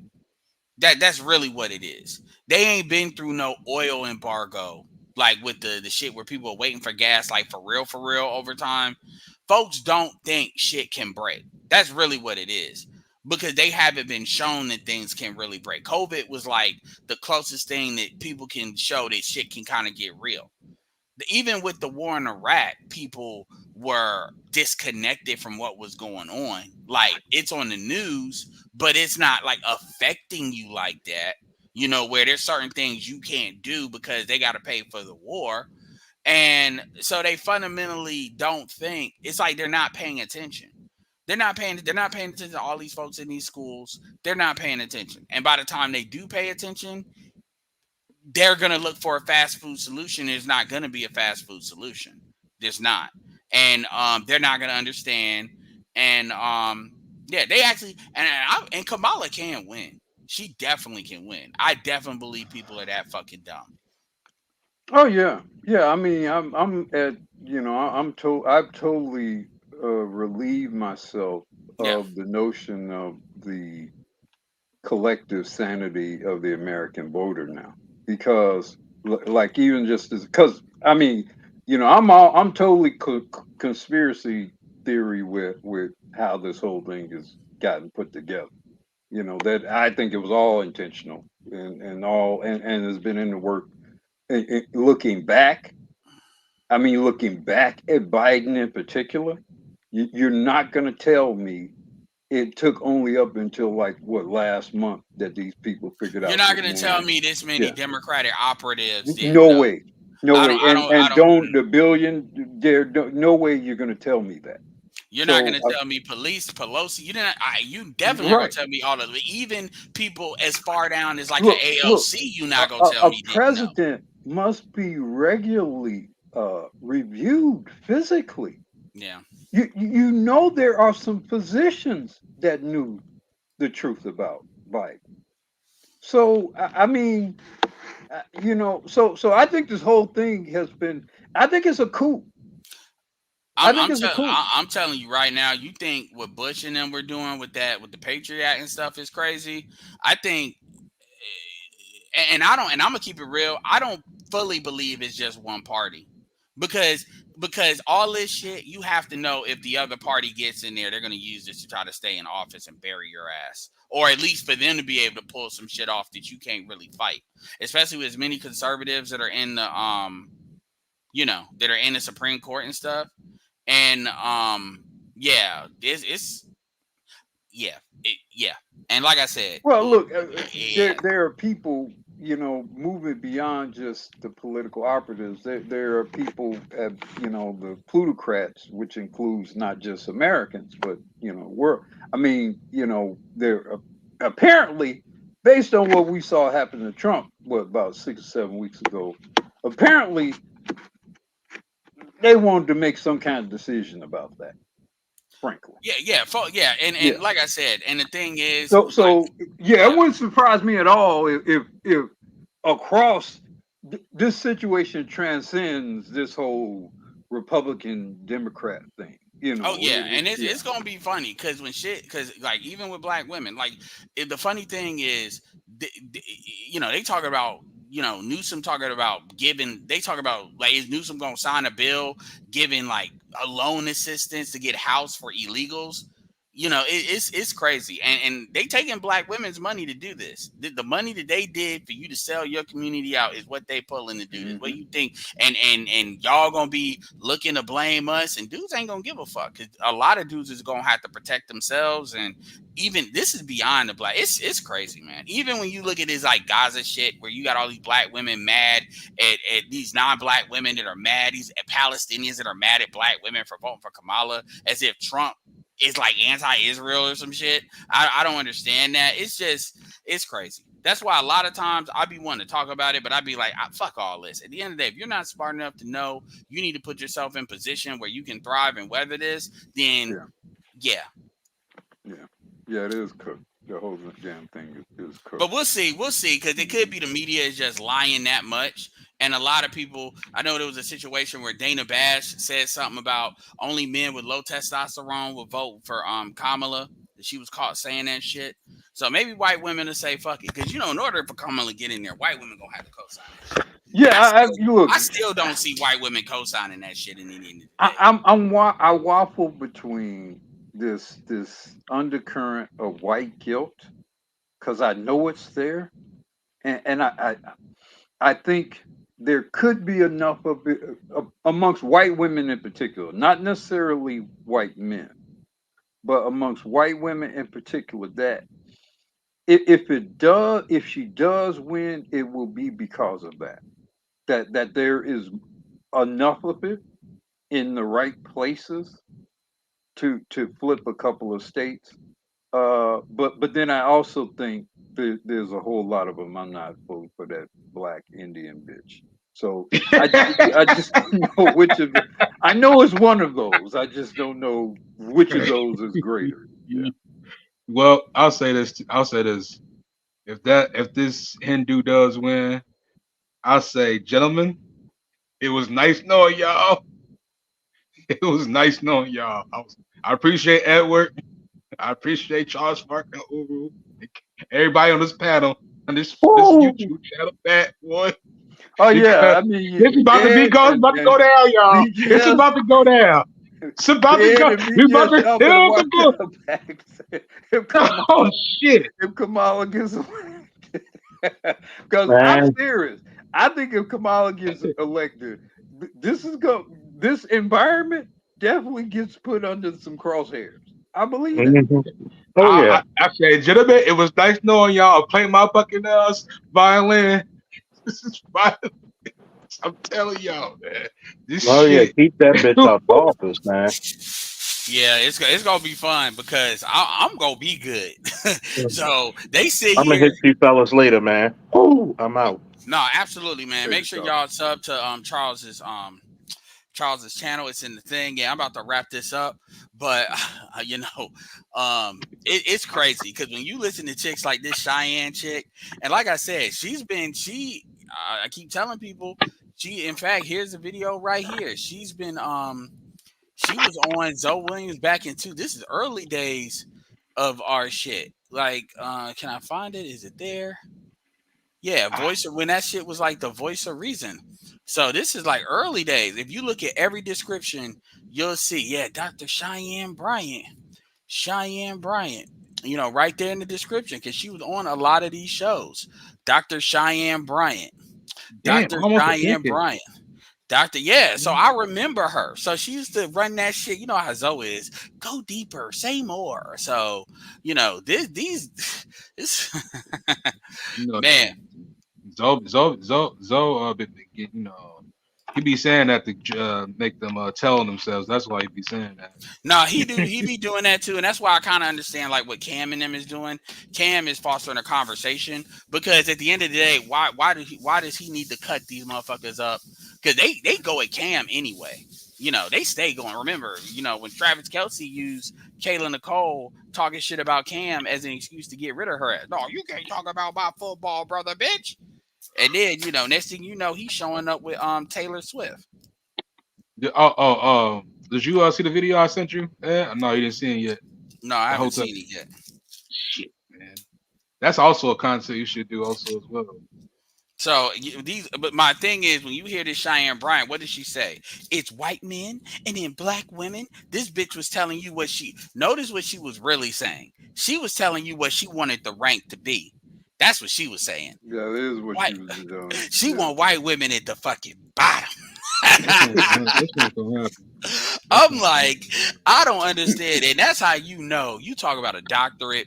White women can't be at the bottom because white women is how you produce more white men. And they, quite frankly, don't have alternative. They got alternatives they might be willing to accept temporarily, like these Asians or maybe these white Latinas. But overall, yeah, I'm keep it real. I'm surprised we didn't yank all them damn Ukrainian women over here. They yanked some. Yeah. But I'm surprised they didn't yank more. So fuck that. We'll take on this immigration struggle. But But yeah, it's I don't know. And then they arrested. They finally released that Telegram guy, the guy because I use Telegram a lot. It's they arrested him. They talk about you all assisting putting child porn on your network. I'm like, Telegram is almost as big as WhatsApp. That's like arresting somebody on fucking Google for that shit. I believe Like, I believe they arrested him because they wanted to leak people's information data, and he was refusing that shit. no, they They mu- arrested him. They arrested him because it's too much Gaza stuff. Other than TikTok, it's the guy that's the other place where a lot of Gaza stuff is getting out. And Telegram is way more brutal than like Telegram doesn't have an algorithm. So Telegram, Right, you can't shadow. It's pretty much if you connect it. I mean, it's WhatsApp. It's basically WhatsApp. And right, the freedom of speech CEO and shit. and the CEO for you all that don't know is a Russian. So it was already designed to get information out there that you don't want out there. Now they cool with the Ukrainian stuff, but and so you seeing all this crazy stuff and notice how that shit ain't really being reported like that. That's how you know, man. That, the thing is, leave that shit alone, man. It's like they want like it sound like they want to sensitize like everything. You got to sensitize and monetize. Come on, man, that's the only platform. I No, think no. Telegram's the only platform. Well, what it is the people with the money don't want it to happen. And that who you think the politicians work for. I mean, Um, even Mark Zuckerberg, he just recently said he regrets yep. censoring people over so what that tells me is That COVID stuff. He was like because he said he was forced to something like that or something like well, yeah, what that tells me is they twisted his fucking arm for real. I ain't saying they threaten legal things. I'm not saying that, but they twisted his arm, meaning they made him scared. Now you got to remember, Zuckerberg been a billionaire for a long time, and Zuckerberg is a certain type of age. He ain't young like that. It ain't like yeah. he in his 20s and then he's just a young billionaire and he ain't smelt his ass when it comes. Remember, he's been what, top 5? Yeah, he's been top 5 for like a decade. So they had to really twist it. And Facebook is Facebook is well established. Meta is You well know why? established. They had to twist his arm for real for him to do You know that. why? You know why he did? He had to come out and said that because of that Robert F. Kennedy video that's going around about how he got sensitized and the government weaponized that to not not to speak on certain platforms and stuff like that. So Yeah, a lot of and people are like, that's no, and that's why that cancel. It's like you can't say that the problem is you can't say that these people are free to be sued. They can't be sued, but at the end of the day, um, they can just censor people like that. Like because keep in mind, we're not talking about you're just shadow banning stuff. Your problem is that somebody like a Robert F. Kennedy or Donald Trump, people will go to their page. People will bookmark their links directly to their page. You can shadow ban that shit all you want to. If they go directly to their page, see, you can't stop that if they engage at that level. And if you have people like that's what was going on with Andrew Tate and stuff like that, the algorithms couldn't catch up because see, when the algorithms were shadow banning him, the algorithms couldn't shadow ban the alternative channels. Like if you had, let's say you had a motivational page and a lot of that stuff featured Andrew Tate. Rumble. Okay, that's a different page you're shadow banning. So when you have so many, you can shut his shit down, but you're not dealing with the content. So it's like they're having to turn the heat up so much. And unfortunately, people are so fucking brain dead because that's what it is. If shit ain't directly biting people in the ass in a very real, immediate way, because people think about it, gas has been high, inflation is what it is, on top of rent and on top of stuff. Hell, Kamala is literally taking Donald Trump's talking points. Kamala has taken like at least 4 or 5 of the shit that Donald Trump said, and you have incorporated that in what you're gonna do. If Donald Trump is the worst thing that democracy ever produced, why the fuck are you taking any of his policies? If he don't know what he talking about. So when you hear people like, I mean, shout out to Mike Vick, when you hear him talk about he's just stupid, he's just retarded. Okay, why is she adopting his policy? Shout out to Red Sleeper Pill. That's crazy. And they're just ignoring that. And what this is telling you is a lot of people on the take, a lot of people they will go along as Kwame Brown said, the fucking go along, get along gang. But because this country is not it was the democracy has been ran out for a long it's been gone for a very long time. I think the last democracy was what There was that was JFK. That was the last one that did No, there's that. that. Yeah, I get all that, but the stuff that like what the Dems are doing right now, they're putting themselves at real high risk. Like people are way beyond it going being prosecutable at this point. They are well beyond that. Like even they are well beyond that. Like once you start putting people on terrorist watch lists like Tulsi Gabbard and stuff, you're pretty much like I don't care. Somebody's gonna give me a pardon. Like Yeah. and it's crazy because it's crazy. It really I is. know. But anyway, I It, want. Mhm. well, people don't. I'm gonna get real deep to it. I don't know if I'm out of topic, but people don't understand that this country always has been was supposed to be a republic to a republic. If you ever, I hate Well, doing this as a kid, well, yeah, but yeah, because I'm you ever seen Pledge of Allegiance and yeah, people yeah, and when you say I that, hear that, but yeah, it's because we've been doing this for like 3 hours, so I want to wrap this up. I get where you're going, but that's gonna honestly open up a whole nother rabbit hole. I don't feel like going, like yeah, even okay, okay. for time. Yeah, so shout out to Huru. You know he forego his stuff. You got a final thought? Oh yeah. Follow thought is the lady is nobody uh don't get they everybody gives smoke to Cam and Nick Cannon because um they see them a certain type of way. They not the what's it called the phenotype the phenotype the the synthetic black man that they take getting these women pregnant. Nobody's not going after Boosie Badass for having multiple kids, multiple baby mamas, or Lil Wayne for this. So it's just them getting mad, a fake outrage. That's all I got to Yeah, say. absolutely, man. Chaos. You got any final thoughts? No, I'm good. All right, I Oh, appreciate by it. the way, look at the video I sent you the email recently. I want you, it's not that far, it's not that long. I did mark it. I I'll did. look at the video. I got a couple of things I need to kind of do. I All told right, Art I do some stuff, so it's coming out. So appreciate it. all right. So yeah, much appreciated. Appreciate y'all from hanging out. Make sure y'all check out with a comment on what you heard. Check out with a like if you haven't liked the video. Definitely support the Cash App. Shout out to Charles C. Gurley. I volunteer work at this place, and I'm gonna tell you, I don't have anywhere have to anywhere for a Colombian woman. They coming through on deck. I'm seeing it for myself here in Dallas. Yeah, man, that's another thing too. A lot of y'all guys, if y'all can't travel for whatever reason, y'all need to look in your city and see where folks at, where it at. I mean, learning Spanish to open up some doors. I mean, meet where you are. I mean, you can have a passport bro mentality here. I get it. I get when it comes to commitments and all that. I get that. But yeah, also as far as final thoughts, let's be very clear here. People want to say, "Oh, y'all are part of the problem." This is this. At the end of the day, ain't nobody telling y'all to let them niggas blasting you. Ain't nobody telling y'all to have his baby. We can play this game where y'all blame black men.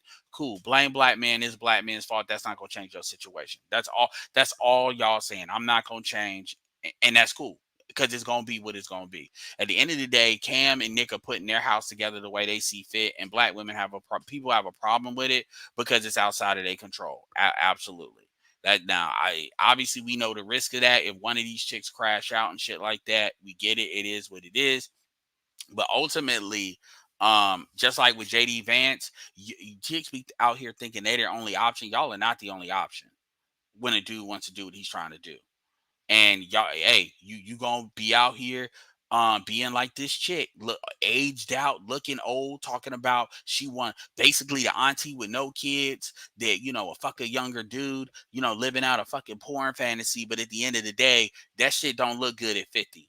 That shit don't look good at 50. It really don't. You fit like look at me a lot like that shit don't look good. You talk about you a fiance at 50 something years old because they don't want to say that you the bitch that he fucking Ime Adoka. They don't want to say that, so they just say, oh, just say that's a fiance, so we say something. That don't look good. And a lot of these chicks, they can do what they do, but y'all don't gotta follow them off the cliff. So with that being said, this is Edward signing off. Peace.